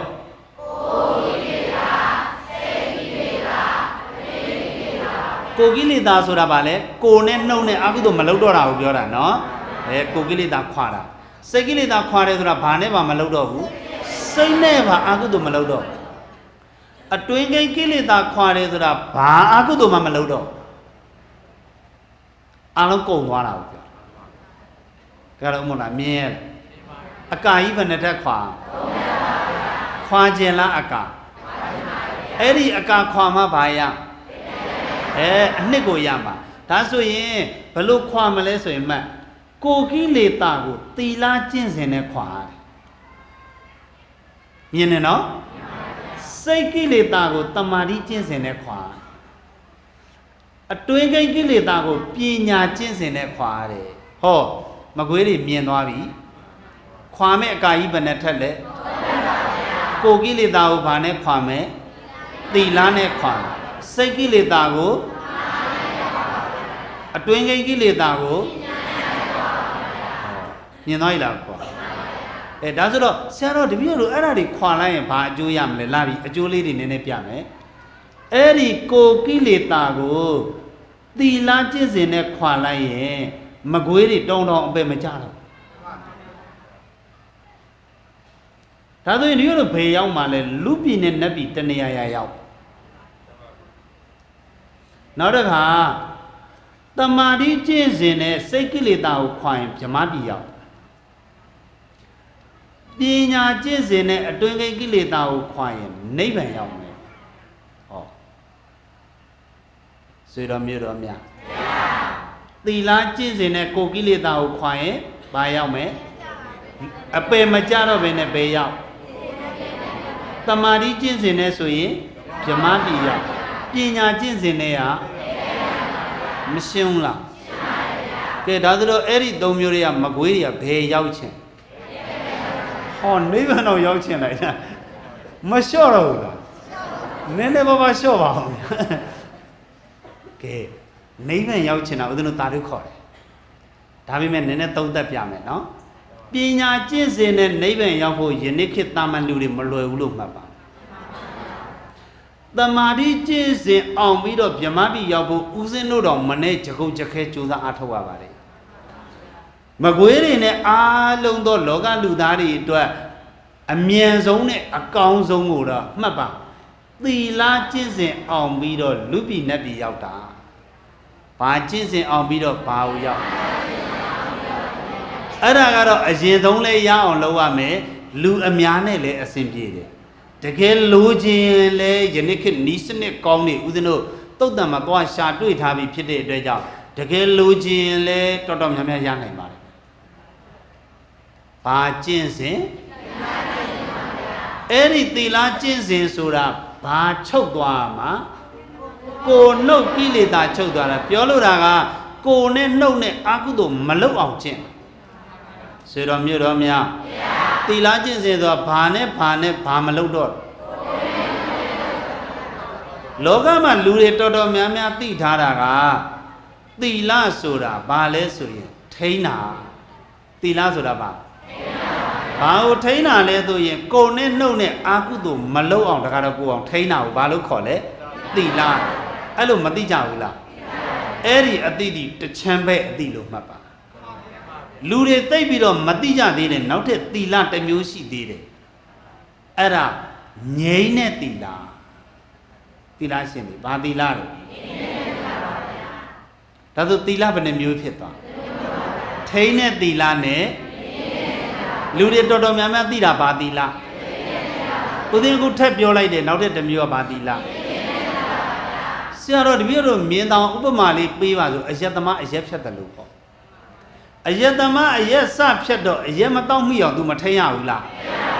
ထိန်နေဆိုပေမဲ့တကယ်မပြတ်သေးဘူးနော်အဖော်ကောင်းရင်ပြန်မော့အောင်မှာ तू ထိန်မများလို့လုံးဝအယက်လဲပြက်သွားတော့သူ့ရှိအယက်ပလင်းလာချတာတော့ तू တောက်အောင်မလားအဲ့ကြတော့လုံးဝပြတ်သွားတာဖြတ်တာရဲ့ပြတ်တာရဲ့ပြောကြည့်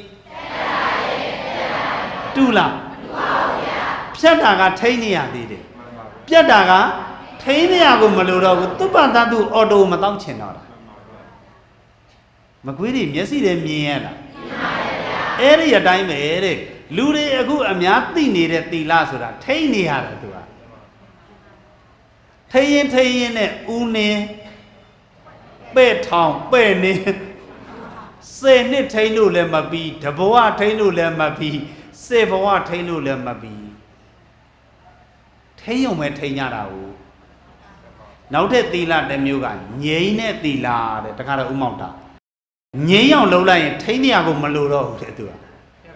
ကိုနဲ့နှုတ်နဲ့အာကုသို့လုံးချင်စိတ်ကိုမရှိတော့တာသူကအယက်သမားဘာပြက်သွားတယ်လို့မြင်နေနော်ထိန်းတဲ့သီလဆိုတာအယက်ဖြတ်တာနဲ့တူတယ်ငြိမ်းတဲ့သီလဆိုတာအယက်ပြက်သွားတာနဲ့တူတယ်တူလားမတူသီလဘယ်နှမျိုးကဲမကွေးတွေအဲ့ဒီနှမျိုးတွေကဘယ်သီလပိုကြိုက်ဟုတ်လို့လားဆရာတော်တပည့်တို့ထိန်းတဲ့သီလလေးတော့မနဲ့ဂျွန်းပြန်နေတာဖေဟာဆရာတော်ပြောတဲ့ငြိမ်းတဲ့သီလဆိုတပည့်တို့လွယ်ပါမလားဖေဟာမှတ်လိုက်ပါဆရာမပြဆရာပြရင်တော့နီးကြသွားမယ်လို့မှတ်ပါလိုချင်လားနီးစလို့လိုချင်အနှိမ့်ချုပ်ပေးမယ်ဒါဆိုရင်မကွေးတွေအဲ့ဒီတကယ်ငြိမ်းတဲ့သီလနတ်ပြည်ရောက်မဲ့သီလလိုချင်ရင်အလုံး2ခုတော့လောက်ရဘယ်နှခုလဲပါဗျာမှတ်တစ်ကဒီမှာစောင့်ရှူဟောပါတယ်လေအနံပါတ်1လောက်ရမယ်အလောက်ဒါကိုမြတ်စွာဘုရားစကားလုံးနဲ့ပြောရင်အပ္ပမဒေနလို့ပြောတနည်းပြောရင်တတိထားလို့ပြောဦးဇင်းကတော့ခစ်စကားလုံးလေးနဲ့စောင့်ရှုလို့ပြောဥပမာပေးရရင်ဦးဇင်းတို့ကောင်းကင်မှာနေမင်းကြီးမှန်ကြီးအဲ့ဒီနေမင်းကြီးမှာရောင်ကြီးစွမ်းရည်တွေအများကြီးရှိတယ်ကိုအောင်အဲ့ဒီရောင်ကြီးတွေကကဘာကြီးပြန့်နေလို့တိတ်မပူတာအဲ့ဒီပြန့်နေတဲ့နေမင်းကြီးရဲ့ရောင်ကြီးတွေအကုန်လုံးဆွဲစုကဲလမ်းတလမ်းနဲ့ပူကြည့်လိုက်အဲ့ဒီလမ်းဘာဖြစ်သွားမိဟုံးထတော့ပြန်ချသွားမှာပေါ့အတွေးခေါ်လေးမှတ်လိုက်ပါပြန့်နေရင်မစွမ်းဘူးစွရင်စွမ်းနေပြောကြည့်မကွေးတွေကမစွမ်းကျင်တာလားစွမ်းကျင်တာစွမ်းကျင်ဘာလို့อ่ะစုဆိုတာဘာလို့လဲမကွေးတွေရဲ့ပြန့်နေတဲ့စိတ်တွေကိုတဏှာလေးဆွဲစုတာအဲ့ဒီလိုစုရင်မကွေးတွေတဖြည်းဖြည်းနဲ့စွမ်းလာပြီးတော့မကောင်းတဲ့ကိလေသာအာကုသိုလ်စိတ်တွေကိုလေပြာချပလိုက်တော့သူကကဲဒါဆိုရင်ပြန့်နေရမှာလားစုရ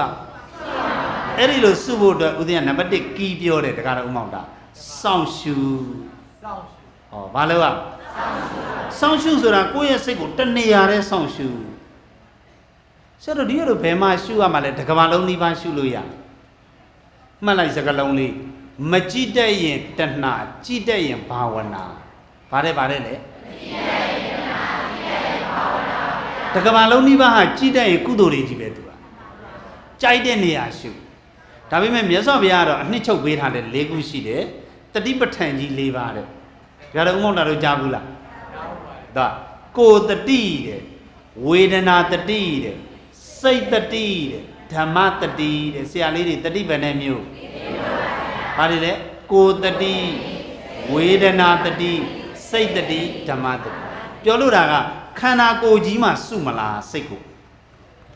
စုတာကိုတတိလို့ခေါ်တယ်နော်တတိဆိုတာလေပြန့်နေတဲ့စိတ်တွေကိုတဏှာရဲ့ဆွဲစုတတိကြိုးကြီးနဲ့ခြိထားတာကိုတတိလို့ခေါ်တာတတိဆိုတာပြန့်တာကိုပြောတာလားစုတာကိုပြောတာအဲ့ဒါဆိုတော့တစ်ကခန္ဓာကိုယ်ကြီးမှာစုမလားကြိုက်တဲ့တဏှာရဲ့မှာစုလို့ရဒါမှမဟုတ်ရင်ဝေဒနာဆိုတဲ့ခံစားချက်လေးတွေမှာစုမလားဒါမှမဟုတ်ရင်စိတ်မှာစုမလားဒါမှမဟုတ်ရင်ဓမ္မဆိုတဲ့သဘောတွေမှာစုမလားကဲစုစည်းတွေကဘယ်နှမျိုးရှိအဲ့ဒီ၄မျိုးထဲမှာမကွေးတွေအလွယ်ဆုံးနေရာကတော့မှတ်ပါကိုကြီးမှာစုအဲ့ဒီခန္ဓာကိုယ်ကြီးမှာလည်း14မျိုးလောက်စုတရားရှိတယ်အဲ့ဒီအထဲထဲကအလွယ်ဆုံးလေးတစ်နေရာအကျဉ်းမြတ်မှတ်နော်နှာတီးပြနှက်ခမ်းပြဘယ်နေရာ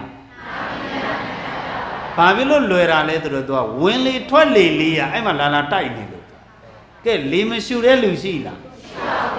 အဲ့ဒီလေလေးကိုတတိလက်လွတ်ရှူတဲ့လူနဲ့တတိထားရှူတဲ့လူပဲကွာတာဒါပဲကွာတယ်အသက်မရှူတဲ့လူတော့ရှိလားဒါလေးကိုဘာလေးထည့်လိုက်တတိလေးနဲ့ထည့်ပြီးတော့ရှူလိုက်တာလေလေးလာတိုက်တယ်တိုက်တဲ့နေရာလေးကိုလေလေးလာတိုက်တဲ့နေရာလေးကိုထိတဲ့နေရာလေးကိုတတိလေးထားလိုက်တော့စိတ်ကတဖြည်းဖြည်းနဲ့ဘာဖြစ်တယ်စုလာရောအဲ့ဒီလိုရှူတဲ့အခါမှာတော့ပြင်းတိပြင်းတွဲတော့မရဘူးဗျာရှူခြင်းရှူလိုက်မရှူခြင်းမရှူလိုက်မရဘူးဖြည်းဖြည်းရှူလိုက်မြန်မြန်ရှူလိုက်မရဘူးပြင်းပြင်းရှူလိုက်ပျော့ပျော့ရှူလိုက်မရဘူးဘလို့ရှူမလဲဆိုရင်ညီအောင်ရှူမယ်တကားတော့ကိုအောင်ဘလို့ရှူရှူဘူးလားတရားစကန်ဝင်ဘူးလားမဝင်ဘူးသေးဘူးနောက်ကြတစ်ခါလောက်အတွေ့အကြုံရအောင်ပဲနော်ဒီဗနာတစ်ခွဲမှာတရားစကန်နေပါညာရှိဘယ်နာမှရှိရွာဦးเจ้าရှိလားတာတုတစ်ခါလောက်တော့စမ်းဝင်ကြည့်နော်အဲ့ဒါညီအောင်ရှုမယ်နောက်ကြတော့လေ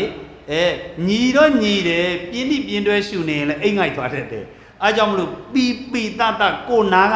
ကြားအောင်ရှုနှစ်ချက်တစ်နှစ်ချုပ်ညီအောင်ရှုမယ်ပီအောင်ရှုမယ်ပြောကြည့်ညီအောင်ရှုမယ်ပီအောင်ရှုမယ်ဘယ်နှချက်လဲအဲ့ဒီနှစ်ချက်ကိုအဲ့ဒီလိုလဲလုပ်တော့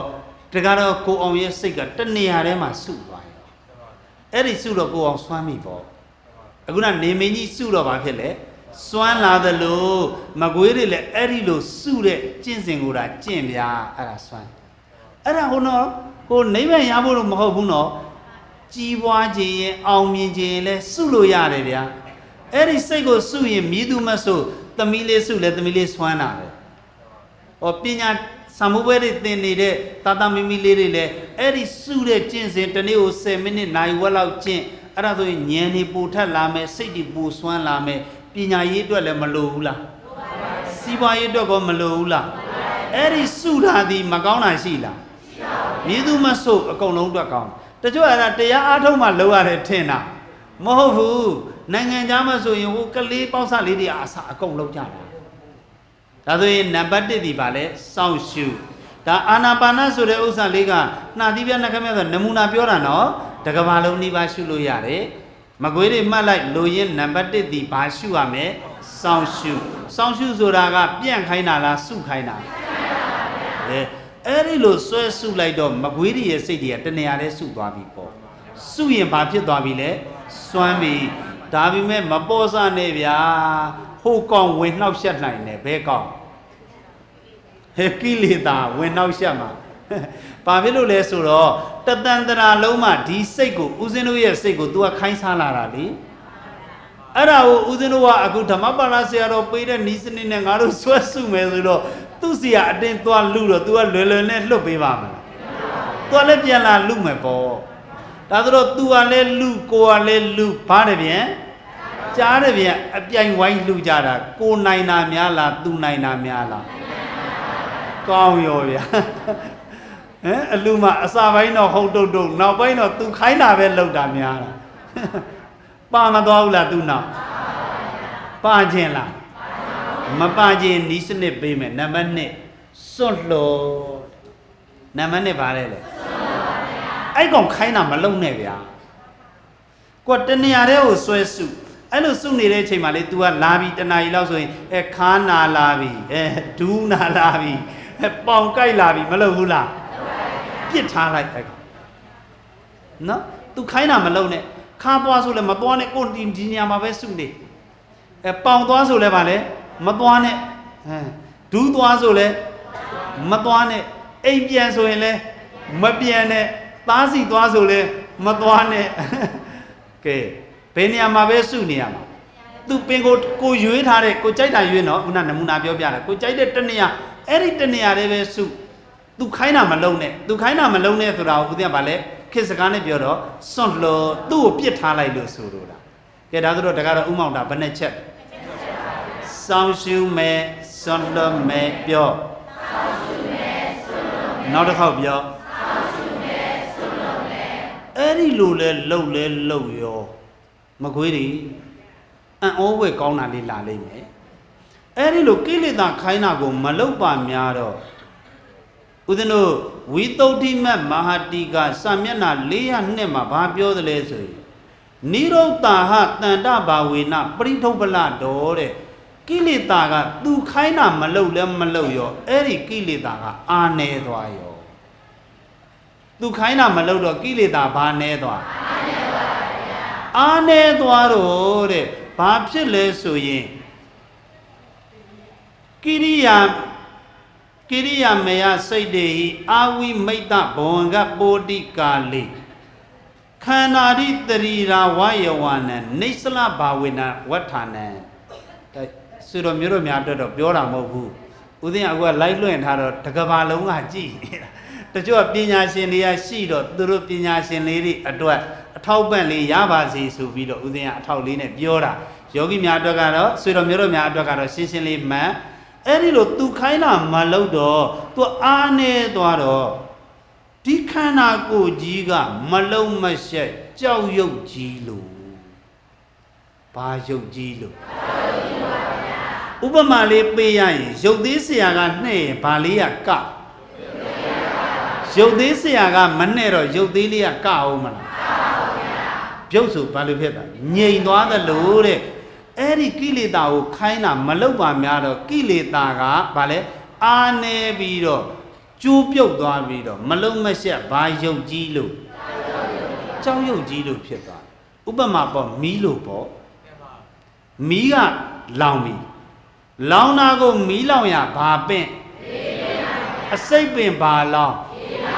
လူမိုက်ဘာပေးအားပေးသွားလို့တော့မီးကပုတ်ပြီးတော့ဟုံတောက်မှာပေါ့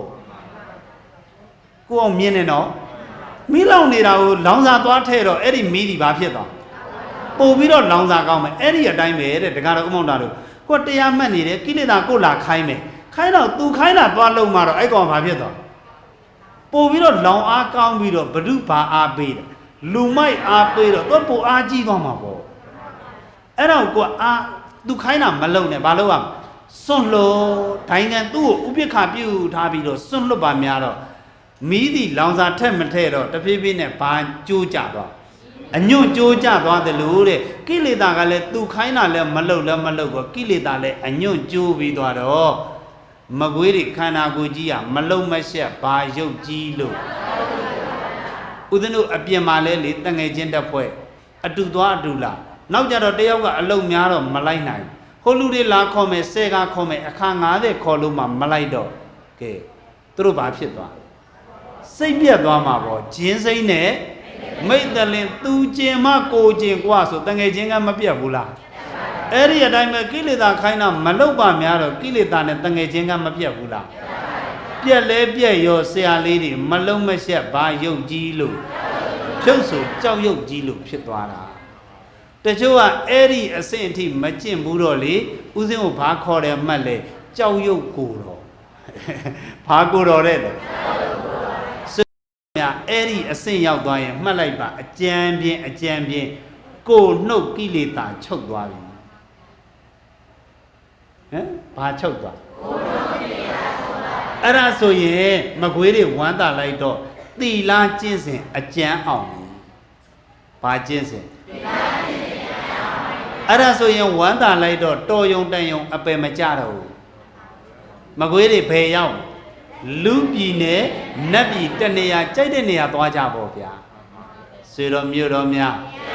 အဲ့ဒါသီလယရနာရှာနည်းပဲဗျာဘာရှာနည်းလဲအဲ့ဒီတဏိယသွားရင်နောက်ဥစ္စာတွေလည်းတဆင့်ချင်းဆက်လာမယ်ဗျာရှာဘူးလားသီလယရနာချုပ်ဘူးလားကိုနှုတ်ကိလေသာဖြစ်ဘူးလားကြောက်ရွံ့ကြီးလို့မဖြစ်ဘူးရင်ဖြစ်အောင်ကြိုးစားကြဖြစ်ဘူးရင်ထပ်တလဲလဲဖြစ်အောင်ကြိုးစားကြဘာယုတ်ကြီးလို့အဲ့ဒီလိုကြောက်ရွံ့ကြီးလို့ဖြစ်သွားရင်တော်ယုံတန်ယုံခန္ဓာကိုယ်ကြီးကတိတ်မနာတော့ဘူးဒီမှာကြည့်ကိလေသာချုပ်ရင်ဒုက္ခချုပ်တယ်ဘာချုပ်ရင်ဘာချုပ်ဆရာတော်တပည့်တို့အဲ့ဒီသီလကျင့်စဉ်အောင်မအောင်တပည့်တို့ဘယ်လိုသိရလဲစမ်းသက်တဲ့နည်းလေးပြောပြ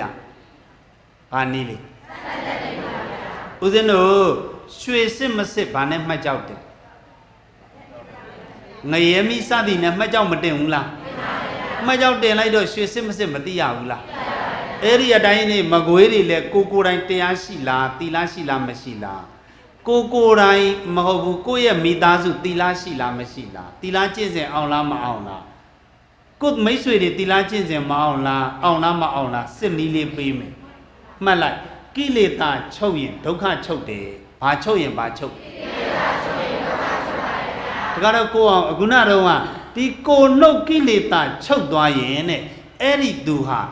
ကိုဒုက္ခလည်းအသင့်အတင့်ချုပ်သွားရောဘာဒုက္ခအဲ့ဒါကိုချုပ်မချုပ်သိချင်ရင်စမ်းသက်ကြည့်မကွေးတွေအိမ်ပြန်ရင်တရားထိုင်ကြည့်ဘယ်နှစ်နာရီလောက်လဲဆိုရင် 3-4 နာရီလောက်ကြောက်သွားပြီဒီမှာဘယ်နှစ်နာရီလောက် 3-4 နာရီလောက်အဓိဋ္ဌံတရားထိုင်ကြည့်ဗျာအဲ့ဒီလိုထိုင်ကြည့်လို့ခါကြီးနာတယ်ဒူကြီးနာတယ်ပေါင်ကြီးနာနေတယ်အရန်ကြီးကိုမခံမရက်နိုင်နာနေတယ်ဆိုရင်ကိုဒုက္ခမချုပ်သေးလို့မှန်ကိုဒုက္ခမချုပ်သေးရင်မှတ်လိုက်ကိုကိလေသာမချုပ်သေးလို့မှန်ကိုဒုက္ခအသင့်တင့်မချုပ်သေးရင်ဘာမချုပ်သေးလို့ကိုကိလေသာမချုပ်သေးလို့ကိုကိလေသာမချုပ်သေးရင်သီလကျင့်စဉ်မအောင်သေးလို့မှတ်ဗျာစေတော်မြို့တော်များစစ်တတ်ပြီလားအိမ်ပြန်ရောက်ရင် 3-4 နာရီလောက်ထိုင်ကြည့် 3-4 နာရီလောက်ထိုင်ကြည့်တဲ့အချိန်မှာခန္ဓာကိုယ်ကြီးကတိတ်ပြီးတော့အရင်မနာဘူးဆိုရင်ကိုဒုက္ခအသင့်တင့်ချုပ်နေပြီလို့မှတ်ကိုဒုက္ခအသင့်တင့်ချုပ်နေရင်ကိုကိလေသာအသင့်တင့်ချုပ်ပြီလို့မှတ်ကိုကိလေသာအသင့်တင့်ချုပ်ရင်သီလကျင့်စဉ်အသင့်တင့်အောင်နေပြီလို့မှတ်တခါတော့ကိုအောင်ဘယ်နှစ်နာရီလောက်စမ်းကြည့် 3-4 နာရီလောက်စမ်းကြည့်အခုဦးစင်းကနှစ်ဦးတရားစခန်း15မိုင်မှာဖွင့်တယ်9ရက်တရားစခန်း9ရက်နေ့ကပြီးတယ်6ရက်နေ့အဲ့ဒါဦးစင်းကနေပြည်တော်ကိုကြွတယ်နေပြည်တော်မှာတရားသွားအားထုတ်တယ်နေပြည်တော်ကနေအခုမကွေးကူလာမနေ့ပြန်ရင်ကြိုက်ထီးရိုးမှာတရားအားထုတ်အဲ့ဒီတရားစခန်းမှာလေတရားစခန်းဝင်တဲ့ယောဂီတွေအများကြီးထဲမှာအနည်းဆုံး9 နာရီထိုင်နေဘယ်နှစ်နာရီအဲ့ဒီယောဂီပေါင်းများစွာထဲမှာ9 နာရီ 3-4 နာရီပဲအောင်ပြီးတော့ 3-4 နာရီပဲအောင်ပြီးတော့9 နာရီမအောင်တာ3ယောက်ပဲပါတယ်အကုန်လုံးနှီးပါအဲ့ဒီ3ယောက်မှတပါအကုန်လုံးနှီးပါဟာအနည်းဆုံးဘယ်နှစ်နာရီတချို့ယောဂီတွေက16 နာရီသမီးလေးအော်ဘယ်နှစ်နာရီကဲတကားတော့ဥမောင်တာတွေ့ဘူးလား16 နာရီထိုင်နေယောဂီမတွေ့ဘူးသိရင်ဦးစင်းရဲ့ရိတ်တာလာကြည့်ဗျာမှန်ပါဗျာ4-5 နာရီဆိုတာထမင်းစားရေတောင်းယောဂီများကိလေသာချုပ်ရင်ဒုက္ခချုပ်တယ်ပြောကြည့်ကိလေသာချုပ်ရင်ဒုက္ခချုပ်ပါတယ်ဒါဆိုရင်အိမ်ပြန်ရောက်ရင်စမ်းကြည့်ဒုက္ခမချုပ်သေးရင်ဘာမချုပ်သေးလို့ကိလေသာမချုပ်သေးလို့ကိလေသာမချုပ်သေးရင်တရားမအောင်သေးလို့တရားစစ်တတ်ပြီလားကဲဒါဆိုတော့အဲ့လောက်အမြင့်ကြီးထိအများကြီးမပြောတော့ဘူးဒါဘူးတိတ္တရပဲပြောတယ်နော်ဟောတော့ကြဦးစင်းက16 နာရီဆိုလို့ဦးစင်းထိုင်ခိုင်းနေဆိုပြီးတော့ဦးစင်းတွေ့ပြီးတော့ကြောက်ထွက်ပြေးမနေနဲ့ဦးစင်းတကယ်ထိုင်ခိုင်းတာကနာရီဝက်45 မိနစ်1 နာရီကျော်အဲ့လောက်ပဲထိုင်ခိုင်းတာဦးစင်း1 နာရီကျော်လောက်ပြီဆိုကဲယောဂီများအဓိဋ္ဌံပါရမီပြည့်ပြီဖြုတ်လို့ရပါပြီဆိုဦးစင်းကဖြုတ်ခိုင်းတာ အဲ့ဒီတဏှာကြီးကျော်နောက်ပိုင်းကသူတို့ဘာသူတို့ထိုင်တာဥစဉ်ကပြီးရင်မေးတယ်ဥစဉ်ဖြုတ်ခိုင်းရတဲ့ဘာဖြစ်လို့မဖြုတ်ကြတာလဲဆိုရင်ပျော်လို့ဖေဟာဟောတခါတော့ဥမောက်တာဘာဖြစ်လို့လဲတော့ကြ9နာရီဒီ16နာရီဒီဆိုတော့ဓမ္မပါဠဆရာတော်တော်တော်ရက်စက်တဲ့ဆရာတော်လို့ထင်နေဦးမယ်ဥစဉ်ထိုင်ခိုင်းတာမဟုတ်ဘူးသူတို့ဘာသူတို့အစွမ်းနဲ့သူတို့ထိုင်တယ်ဗျာဆွေတော်မျိုးတော်များတရားယရနာလိုချင်နေဆိုရင်သီလရဲ့တမာတိရဲ့ပညာအဲ့ဒီတဲကတမာတိနဲ့ပညာကတော့အစစ်မြင့်သေးလို့ဘာအရင်ရအောင်ယူသီလယရနာကိုရချင်နေဆိုရင်ဘာနဲ့လုပ်ရမလဲစောင်းရှုစွန့်လို့ပြောအဲ့ဒီသီလယရနာရပြီးရင်တမာတိတွေထည့်ရမယ်တမာတိရပြီးရင်ပညာတွေရမယ်တရားယရနာရပြီးသွားရင်ဖရာယရနာလေးရလာလိမ့်မယ်ဖရာယရနာရပြီးသွားရင်တန်ခါယရနာလေးရလိမ့်မယ်တစ်ချက်ခုတ်ဘယ်နှချက်ပြတ်အဲ့ဒီယရနာတွေရပြီဆိုမှသူ့ထက်ပိုလွယ်တယ်အခေါ်အော်ယရနာတို့လောကီယရနာတို့ဆိုတာလေပူတရားလူသေးလားစက်တိုက်ရလာတော့မှဖြစ်ပါတယ်ဒါကြောင့်ဦးဇင်းတို့ဒီနေ့တရားအလုံးပြန်အနှစ်ချုပ်လိုက်ရင်ဓမ္မယုံမှာယရနာစုံစေခြင်းနဲ့တရားဘာတရားဓမ္မတို့ဘာသောကြောင့်ဒုမိတရားချစ်ခင်စိတ်ကောင်းဝိညာဉ်ဘာကောင်းတင်တော်စဉ်ပရိသတ်အပေါင်းသူတော်ကောင်းတို့သည်အာရမတလူပြေတုံးလေးမှလူပြေမရှုံးအောင်လူပြေကျိုးနှက်အောင်ဓမ္မယုံမှာယရနာစုံကောင်းစွာမသွေးကြိုးစားအထောက်နိုင်ကြလေကုန်ရတည်း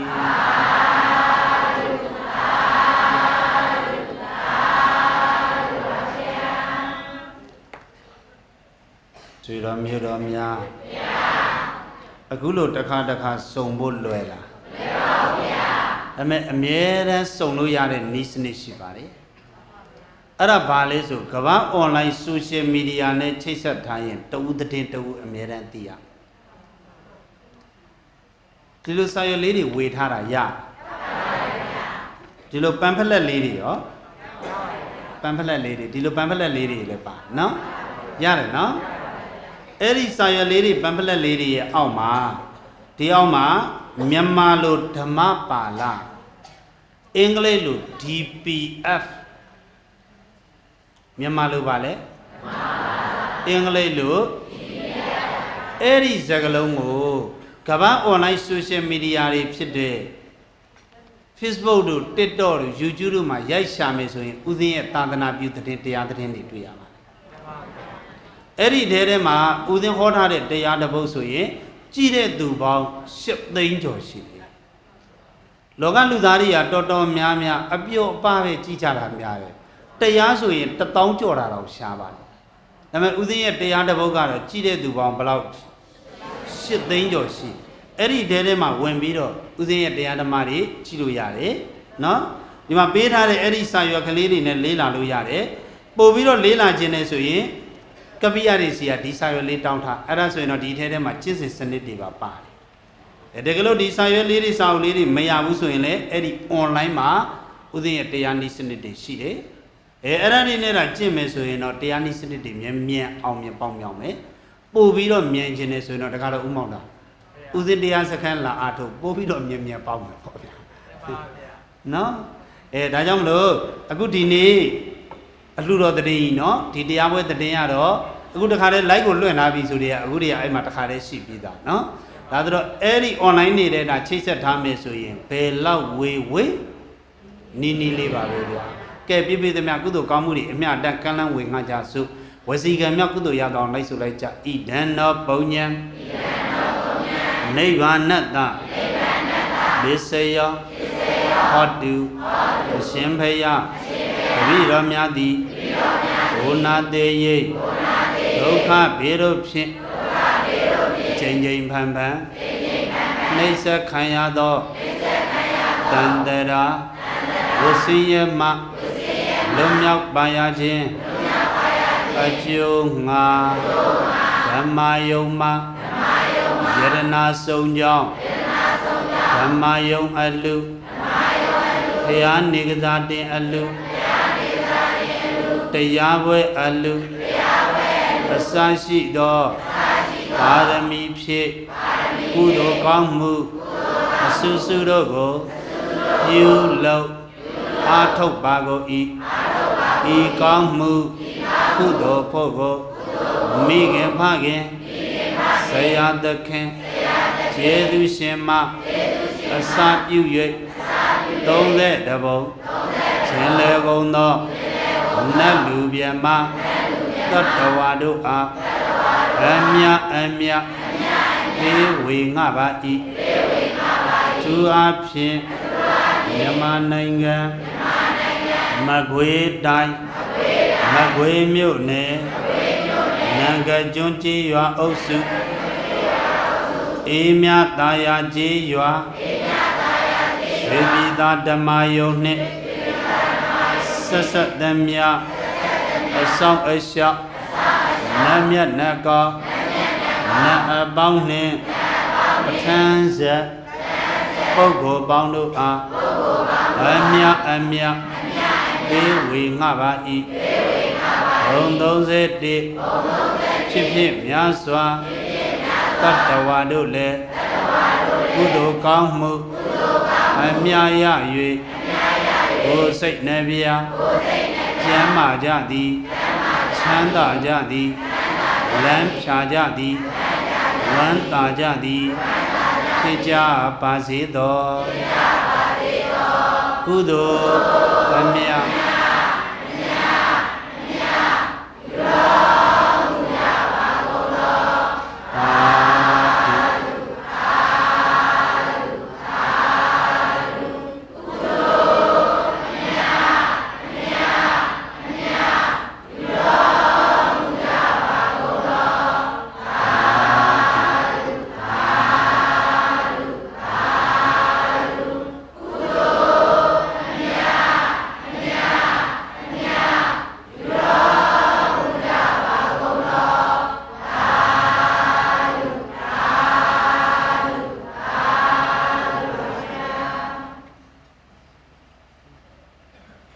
တရားပွဲအောင်မြင်ခြင်းအထိပ်ဟောတခါတော့ခဏနေအခုနဓမ္မပူဇာတွေတွေက9သိန်းကိုဒီဓမ္မယုံကြီးလိုအပ်ရတော့ဖို့ပြန်ထုတ်ထားတယ်နော်ကဲမိမိတို့အခုပထမညဓမ္မတပင်ကြီးအောင်မြင်ခြင်းအထိပ်မဲ့ဗုဒ္ဓသာသနာစီတံတေတတု3ကြိမ်ရွတ်စုအောင်ပွဲခံကြစို့ဗုဒ္ဓသာသနာစီတံတေတတုဗုဒ္ဓသာသနာစီတံတေတတုဗုဒ္ဓသာသနာစီရံတေတုသာသာသာကျမ်းမာချမ်းသာလမ်းဖြာ၍အမြဲတမ်းဝမ်းသာပျော်ရွှင်ဓမ္မယုံမှယရနာဆုံးပြီးမကွေးတွေပါလေတထေးဖြစ်နိုင်ကြပါစေဗျာ